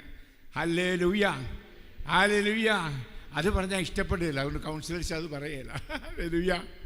ആ കൗൺസിലേഴ്സ് നമ്മളെ പ്രീതിപ്പെടുത്താൻ അത് പറയില്ല. കാണാത്ത ആ പിശാചിൻ്റെ എല്ലാം കൂടെ വെക്കും. അല്ല, മരിച്ചുകൂടെ പൂർവ്വ ആത്മാക്കളെ പഴിയാരും. എന്നാൽ കയ്യിലിരിക്കുന്ന മോളെ ഈ മൊബൈൽ ഒരാഴ്ച ഉപയോഗിക്കാതിരിക്കും, 1 മാസം പറഞ്ഞാൽ പുള്ളിയുടെ മുഖം മാറുമെന്നറിയാം. അപ്പോൾ സന്തോഷത്തോടെ കൗൺസിലിംഗ് കഴിഞ്ഞ് പോവില്ല. ഹല്ലേലൂയ. പ്രിയമുള്ള ഇവിടെയാണ് മുഖം മൂടികൾ മാറ്റപ്പെടേണ്ടത്. അതിന് ആ അടുത്ത അധ്യായത്തിൻ്റെ 4-ാം അധ്യായം 2 കൊരിന്ത്യർ അധ്യായം 4:16 മുതൽ ഇന്നത്തെ കഷ്ടതകളെപ്പറ്റി, യുദ്ധത്തെപ്പറ്റി, നമുക്കുണ്ടാകുന്ന വ്യക്തിപരമായ വേദനകൾ, സങ്കടങ്ങളെപ്പറ്റി എല്ലാം വളരെ മനോഹരമായിട്ട് പറഞ്ഞിരിക്കുന്നു. നിങ്ങൾ പലരും പറയും എൻ്റെ അച്ഛാ മൊബൈൽ കൂടാതെ പറ്റിയ കാരണം 90-കാരത്തെയും പറയും. 90-കാരത്തെയും. കാരണം അവളും ഇത് വെച്ച് എല്ലാം കാണുന്നത്. ഇപ്പോൾ എന്നെക്കാൾ എനിക്കറിയാം പലർക്കും ഇതറിയാം. എനിക്ക് കുന്തും അറിയത്തില്ല. പലരും അമ്മച്ചിമാർ വന്ന് പറയുന്നതേക്കും ഉടനെ കയ്യിലെടുക്കും ഫോൺ. അച്ഛാ കറക്കുക. എനിക്കത് അറിയത്തില്ലപ്പാ. ഇന്ന് അമ്മച്ചിമാർക്കെല്ലാം അറിയാം. ബാങ്കിൽ ഇടപാട് ചെയ്യാനായിട്ടും കുർബാന കാണാനും എല്ലാം ഓൺലൈൻ. സ്നേഹവും ഓൺലൈനിലാണ്. ബന്ധമൊക്കെ എല്ലാം ഓൺലൈനാണ്. ഭാര്യയും ഭർത്താവും തമ്മിൽ വേണ്ടിയല്ല, അപ്പുറത്തെ മുറിയിൽ ഇപ്പുറത്തെ ഓൺലൈൻ ബന്ധമേ ഉള്ളൂ. അതായത് അമേരിക്കയിലായി അവിടെ ഒരു ഓൺലൈൻ ബന്ധമേ ഉള്ളൂ. ഇന്ന് ഭാര്യയും ഭർത്താവും അപ്പനും അമ്മയൊക്കെ ആയിട്ട് ആ അപ്പനും അമ്മയും ഇവിടെ കിടന്ന് വേദനിച്ച് കഴിയുകയാണ്, കഴിഞ്ഞു പോലും ഇല്ലാതെ. അല്ലെങ്കിൽ ഉണ്ടെങ്കിൽ തന്നെ മകനെ ഒരു നോക്ക് കാണാൻ കാത്തിരുന്നിട്ടും 7 കൊല്ലം 8 കൊല്ലമായിട്ട് ഓൺലൈൻ ബന്ധം. അതെ, ഈയിടെ എൻ്റെ ബന്ധത്തിൽപ്പെട്ട ഒരാളാണ്. ഒരു 11 മക്കളുടെ ഒരു അമ്മ മരിച്ചുപോയി. അപ്പോൾ 11 മക്കളും വിദേശത്താണ്. ഈ 11 പേരും വന്നു. അപ്പോൾ എന്നെ ശവസംസ്കാരത്തിൽ വിളിക്കാൻ പോയില്ല, കാരണം എനിക്ക് ഈ വീൽ ചെയറെ കുത്തിയിരിക്കുന്നത് എളുപ്പമല്ല. പിന്നെ എൻ്റെ മനസ്സിൽ വന്നത്, അതായത് അതിലൊരാൾ അത് കഴിഞ്ഞ് എന്നെ കാണാൻ വന്നു. ഒരു വകയിലൊരു ആങ്ങളെയാണ് ഞാൻ. അപ്പോൾ എൻ്റെ അടുക്ക വന്നിട്ട് പറഞ്ഞു, എൻ്റെ അച്ഛാ, എൻ്റെ അമ്മ മരിക്കുന്നു അറിഞ്ഞപ്പോൾ ഫോൺ കോൾ വന്നു, ഞാൻ ടിക്കറ്റ് ഒന്നും കിട്ടിയില്ല, മരിച്ചു കഴിഞ്ഞ് കാണാൻ പറ്റുള്ളൂ. എൻ്റെ അച്ഛാ, ജീവനോടെ കാണാൻ പറ്റാഞ്ഞത് എനിക്ക് ഒത്തിരി വേദനയുണ്ട് അച്ഛാ. പൊട്ടിക്കറിഞ്ഞു. പെണ്ണുങ്ങൾക്ക് കണ്ണീരിങ്ങനെ ചുമ്മാ വരും. ഹല്ലേലൂയ. ഇവിടെയല്ല കേട്ടോ, എൻ്റെ ബന്ധക്കാർ. ഹല്ലേലൂയ. പ്രിയമുള്ളവരെ, അതെ, ഞാൻ പറഞ്ഞു, മോളെ, നീ 9 കൊല്ലമായി നിൻ്റെ അമ്മയെ കാണാൻ വന്നിട്ട് നേരമില്ലായിരുന്നു അച്ഛാ. നിനക്ക് നേരമില്ല നിൻ്റെ അമ്മയെ കാണാൻ, പ്രായമുള്ള അമ്മയെ. മരിക്കാൻ നേരത്തെ ജീവനോടെ കണ്ടില്ലെന്ന് ഞാൻ നേരിട്ട് പറയുന്ന ഒരാളാണ്. അവിടെ എനിക്ക് സ്വാന്തന വാക്കില്ല. ഹല്ലേലൂയ. അതിനെ മഞ്ഞാക്കളച്ചൻ ചെല്ലാഞ്ഞതിലും പരാതി. ഹല്ലേലൂയ. ഓർത്തോണം, ഈ വീൽ ചെയറിൽ ഇരിക്കുന്നത് ഞാൻ ചെല്ലാഞ്ഞതിനും പരാതി. അവർക്ക് വന്ന് ഈ അമ്മ ജീവിച്ചിരുന്നപ്പം അവസാനത്തെ തുള്ളി വെള്ളവും കൊടുക്കാൻ പറ്റിയില്ല എന്നുള്ള ദുഃഖം. ഹല്ലേലൂയ.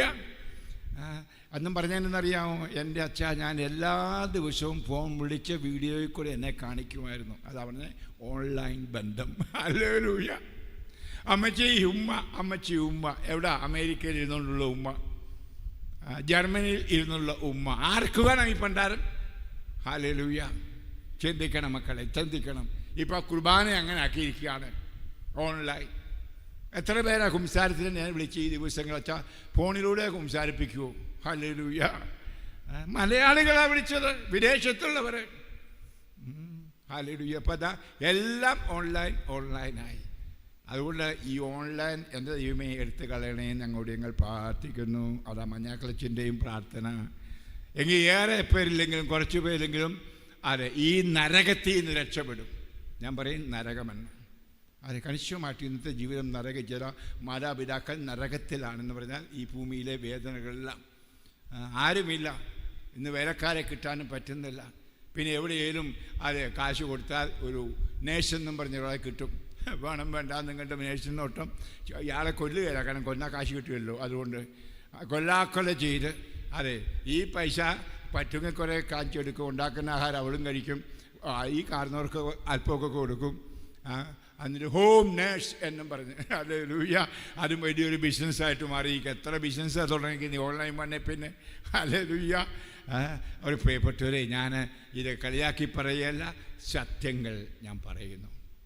ഇത് നമ്മൾ ഓരോരുത്തരും മറ്റാരെയും വിധിക്കേണ്ട. നമുക്ക് നമ്മുടെ അതെ യഥാർത്ഥ പരിശുദ്ധമായ സ്നേഹം കൊടുക്കാൻ ആളുകളെ സന്ദർശിക്കുക, കാണുക. പ്രിയമുള്ളവരെ, ഞാൻ കഴിഞ്ഞ 2 ആഴ്ചകളിൽ മനില ഫിലിപ്പൈൻസിൽ ആയിരുന്നു. കാരണം എൻ്റെ ചേട്ടൻ്റെ മകൻ അച്ഛൻ അവിടെയുണ്ട്. അവിടെ നിന്ന് ഞാൻ പോയിട്ടില്ലാത്ത സ്ഥലവും കൂടി ആയതുകൊണ്ട് ഞാൻ പോയതാണ് 2 ആഴ്ച കൂടി താമസിക്കാനായിട്ട്. ഒരു പരിപാടിക്കൊന്നും പോയതല്ല, എന്നാൽ പരിപാടിയായിരുന്നു എല്ലാ ദിവസവും. ഇത്രയും സ്നേഹമുള്ള ഒരു ജനത്തെ 106 രാജ്യങ്ങളിൽ ഞാൻ നടന്നിട്ട് കണ്ടിട്ടില്ല. നിങ്ങൾ അതിശയിക്കും. പാവപ്പെട്ട രാജ്യം, സ്വത്തിൻ്റെ കാര്യത്തിൽ ഇന്ത്യയുടെ 3/1 ആ രാജ്യത്തിനുള്ളൂ, മനില ഫിലിപ്പൈൻസ്. ഇനിയും അവർക്ക് വലിയ വീടുകളില്ല, എല്ലാം ഈ നേപ്പാളിലൊക്കെ ഉള്ള പോലെ കൊച്ചു കൊച്ചു ആവശ്യമുള്ളൂ. ആർക്കും ഭൂമി അധികമില്ല. ഇനിയും അവരുടെ ഭൂരിപക്ഷം സ്ത്രീകളും നേഴ്സുകളായിട്ട് വിദേശങ്ങളാണ് ജോലി. നമ്മുടെ നാട്ടിലെ പോലെ നമ്മുടെ നേഴ്സുമാർ ഒത്തിരി പുറത്തുണ്ടല്ലോ. വിദേശത്ത് പോയവർക്കെല്ലാം അറിയാം, എവിടെ ചെന്നാലും ഫിലിപ്പീനോസിനെ കാണാം. പൊക്കം കുറഞ്ഞ് മൂക്ക് വരുന്ന ഒരു ചൈനീസിൻ്റെ കൂട്ട് നേഴ്സുമാരായിട്ട് നടക്കുന്നു. എന്ന് പറഞ്ഞോട്ടെ, അവർ പോയി 1 കൊല്ലം 2 കൊല്ലം നേഴ്സിംഗ് കഴിഞ്ഞ് തിരിച്ചു വരുമ്പോൾ ഇടവകയിൽ ഒരു കാര്യം പറയാൻ വിട്ടുപോയി, 99% ക്രിസ്ത്യാനികളാണ്, കത്തോലിക്കരാണ് മനിലയിൽ. ഓക്കെ. അപ്പോൾ തിരിച്ചു വരുമ്പം ഇടവകയിലുള്ള എല്ലാവർക്കും ചെറിയ സമ്മാനമായിട്ട് വരുള്ളൂ. എല്ലാ വീടുകളിലും പോയി ആ സമ്മാനം കൊടുക്കും, സന്തോഷിപ്പിക്കാൻ. എന്നിട്ട് അവിടെ വെച്ച് ഗൾഫിൽ നിന്നൊക്കെ കിട്ടുന്ന പൈസ, ഗൾഫിലാണ് കൂടുതൽ പേര് നമ്മുടെ പോലെ, അതെന്നെടുക്കും കൊണ്ട് ബാങ്കിലിടുകയല്ല, സ്ഥലം മേടിക്കുകയല്ല, വീട് വാങ്ങിക്കുകയല്ല, ഇടവകയിൽ ആർക്കെങ്കിലും കടമുണ്ടെങ്കിൽ പോയി വീട്ടുക, ഏതെങ്കിലും അത്യാവശ്യമുണ്ടെങ്കിൽ അത് കൊടുക്കുക. എൻ്റെ മരുമകൻ പറഞ്ഞു, തിരിച്ചു പോകുമ്പോൾ ഇവിടെ കടമാക്കി വെച്ചാണ് പോകുന്നത്, സ്വത്ത് മേടിച്ച് സ്വരൂപിച്ചല്ല. ഞാൻ യഥാർത്ഥ ക്രിസ്തീയ ജീവിതം, കൊടുക്കുന്ന ജീവിതം കണ്ടു. അവിടെ ഞാൻ പറഞ്ഞത്. അപ്പോൾ നോയമ്പ് കാലം, അപ്പം വിളമ്പിപ്പം ഇറച്ചി മീൻ എല്ലാം ഉണ്ട്. അച്ഛാ ഇറച്ചിയും മീനും തിന്നെ. അപ്പോൾ ഞാൻ പ്രാർത്ഥിച്ചു, ഞാനും നോയമ്പെടുക്കുക, ഇറച്ചിയും മീനും വേണ്ടാന്ന് വെച്ചു. അപ്പോൾ ഞാൻ ഓർത്തു, ഞാൻ തിന്നാൽ അവർക്ക് ഉറപ്പാകുന്നും കൊണ്ട് ഇവിടെയൊക്കെ ഞാൻ തിന്നാതിരിക്കുന്നത്, അത് വേറൊന്നും കൊണ്ടല്ല. ഹല്ലേലൂയ, അച്ഛൻ ഇറച്ചി തീറ്റിയാണല്ലോ പറയും. അപ്പോൾ ഞാൻ ഓർത്തു, ഇവിടെ തിന്നുന്നതാണ് നോയമ്പ്. കാരണം ഇവരുടെ സ്നേഹം കൊണ്ട് തന്നത് വേണ്ടാന്ന് പറഞ്ഞാൽ അവർക്ക് വേദനയുണ്ടാകും. ദൈവമേ, ഇനി അവരുടെ നോയമ്പ് കേൾക്കണം. എന്താന്ന്? ഓരോ ദിവസവും വൈകുന്നേരം കുടുംബത്തിലെ ഓരോരുത്തരെ പോയി സന്ദർശിച്ച് രമ്യരപ്പെട്ട് ഒന്നിച്ച് ചോറുണ്ണുക. ഹല്ലേലൂയ. ഇനിയും സാധാരണഗതിയിൽ വൈരാഗ്യമുള്ളവർ അവിടെ വളരെ ചുരുക്കമാണെന്ന് എൻ്റെ നെവിയു പറഞ്ഞു. ഇനി ചിലതൊക്കെ ഉണ്ട്, അപ്പനോട് പിണക്കം അല്ലെങ്കിൽ ഭാര്യയോട് പിണക്കം. അത് തീർക്കാൻ ബുദ്ധിമുട്ടാണ്, വികാരിച്ചതിനും കൂട്ടിക്കൊണ്ടുപോകും. എന്നിട്ട് പറഞ്ഞ് തീർത്ത് പരസ്പരം പാദങ്ങൾ ചുംബിച്ച് ഒന്നിച്ചിരുന്ന് അത്താഴമുണ്ണും. ഇതാ നോയമ്പ്. കേരളത്തിൽ പറഞ്ഞാൽ പറയും പുളിക്കും. ഹല്ലേലൂയ.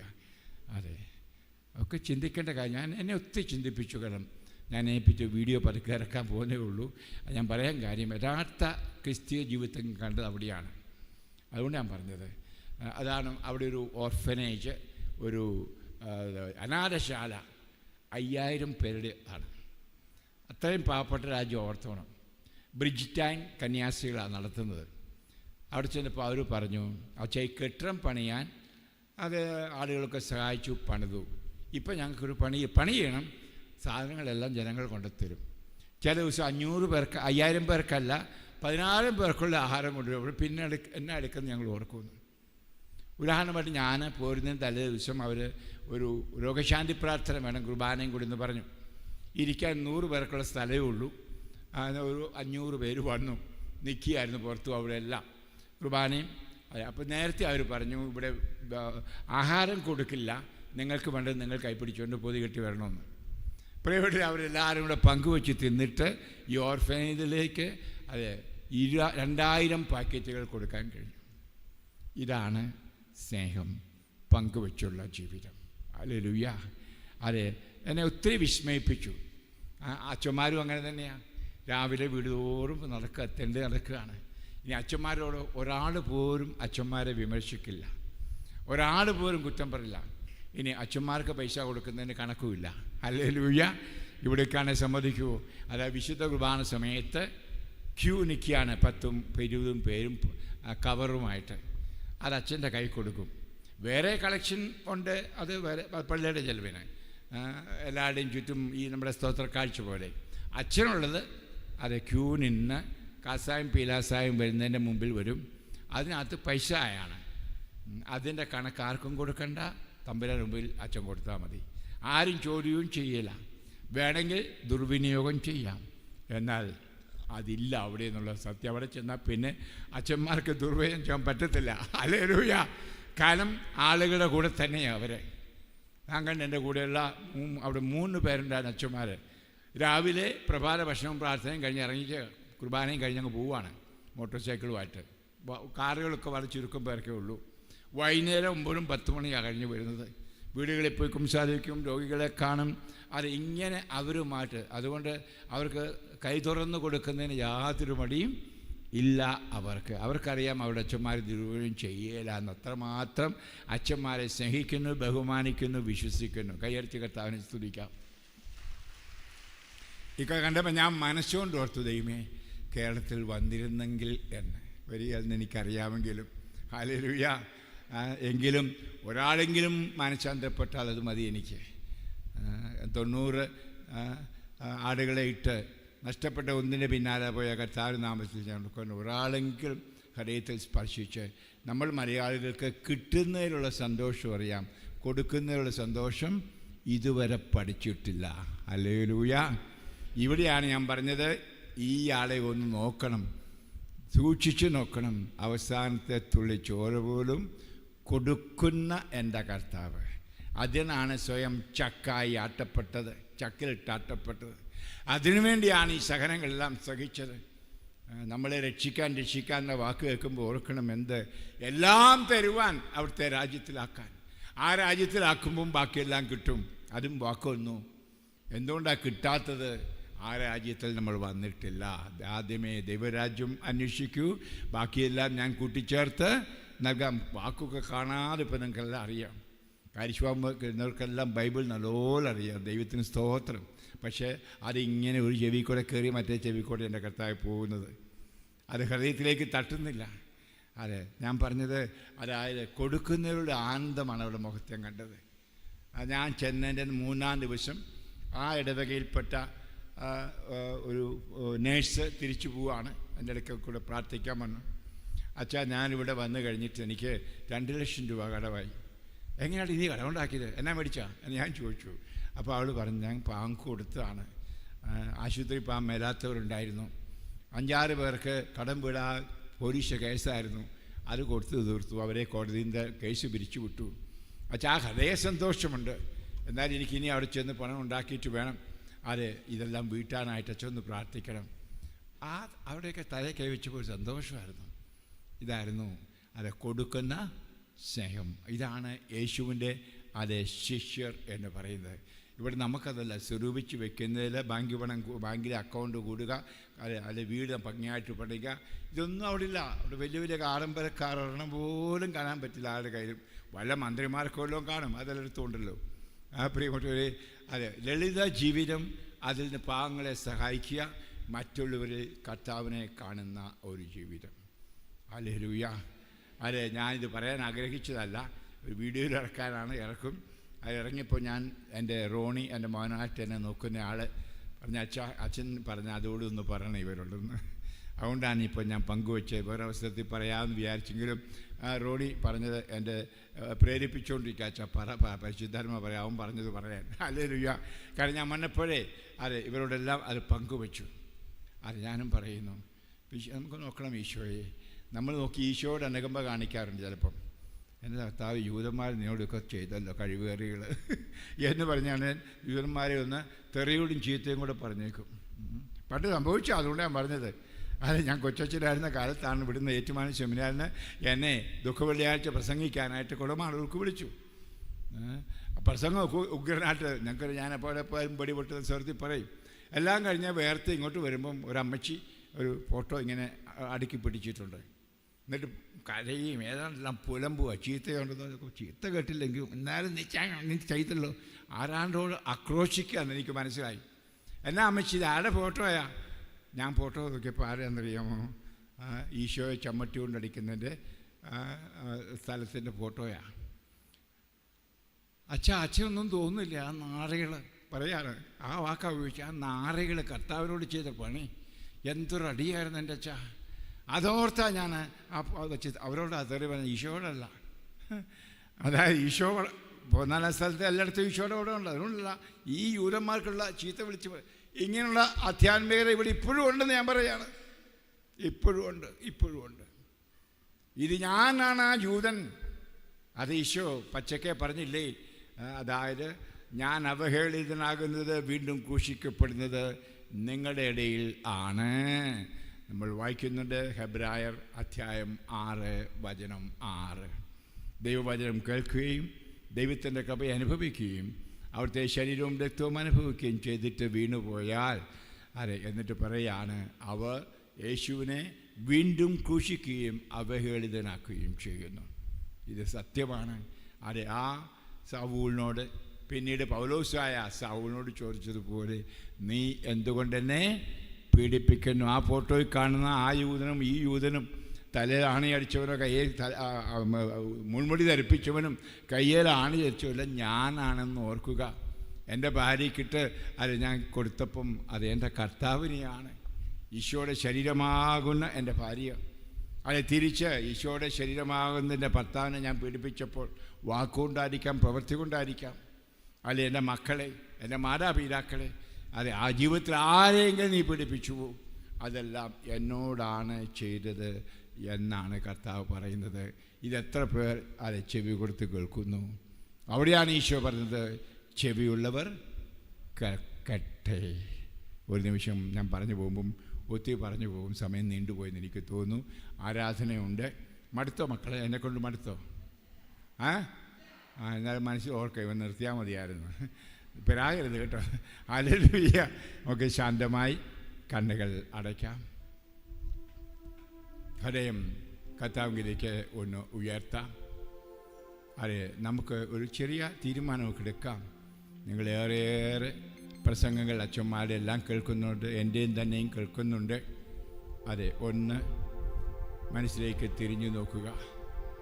ഇനിയും എൻ്റെ അസൂയ, രോഷം, തിന്മ ഞാൻ മാറ്റിയെടുത്തിട്ടുണ്ടോ?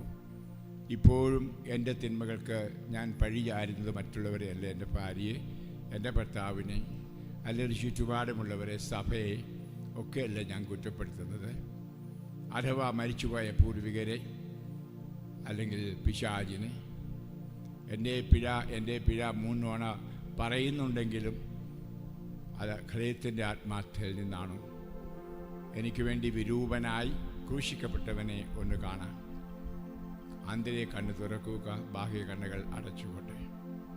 എനിക്ക് വേണ്ടി വിരൂപനായി, മനുഷ്യരൂപമില്ലാത്തവനായി, കണ്ടവരെല്ലാം അവനെ വെറുത്തു, ഒന്നുകൂടെ കാണാൻ ആഗ്രഹിക്കാത്ത വിധം വിരൂപനായ യേശു എൻ്റെ വിരൂപത മാറ്റാൻ. അതാണ് സൗഖ്യം. അതെ, അതാണ് സൗഖ്യം. എൻ്റെ വിരൂപത മാറിക്കഴിയുമ്പോൾ എൻ്റെ ശരീരവും സൗഖ്യമാകും.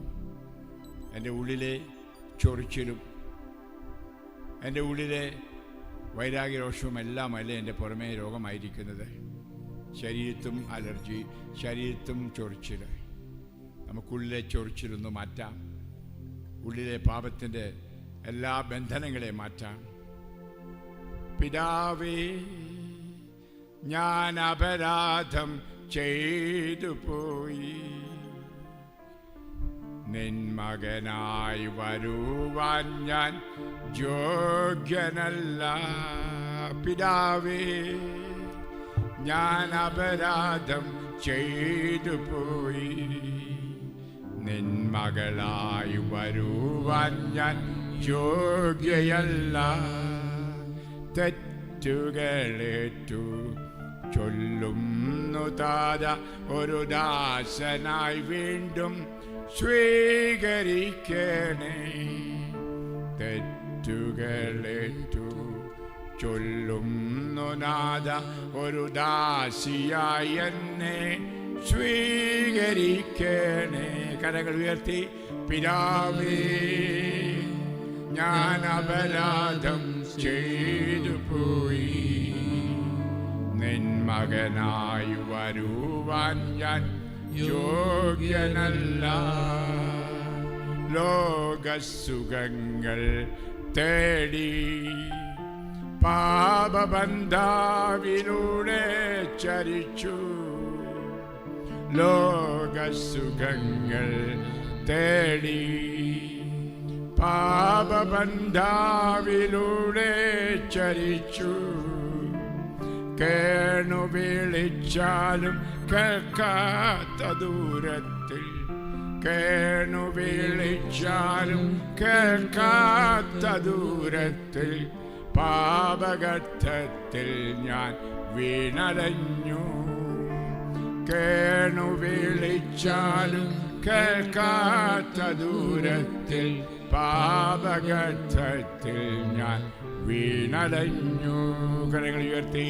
പിതാവേ, ഞാൻ അപരാധം ചെയ്തു പോയി, നിൻ മകനായി വരുവാൻ ഞാൻ യോഗ്യനല്ല. നിൻ മകളായി വരുവാൻ ഞാൻ യോഗ്യയല്ല. ആമേൻ. നമുക്ക് ആരാധന നടത്താം.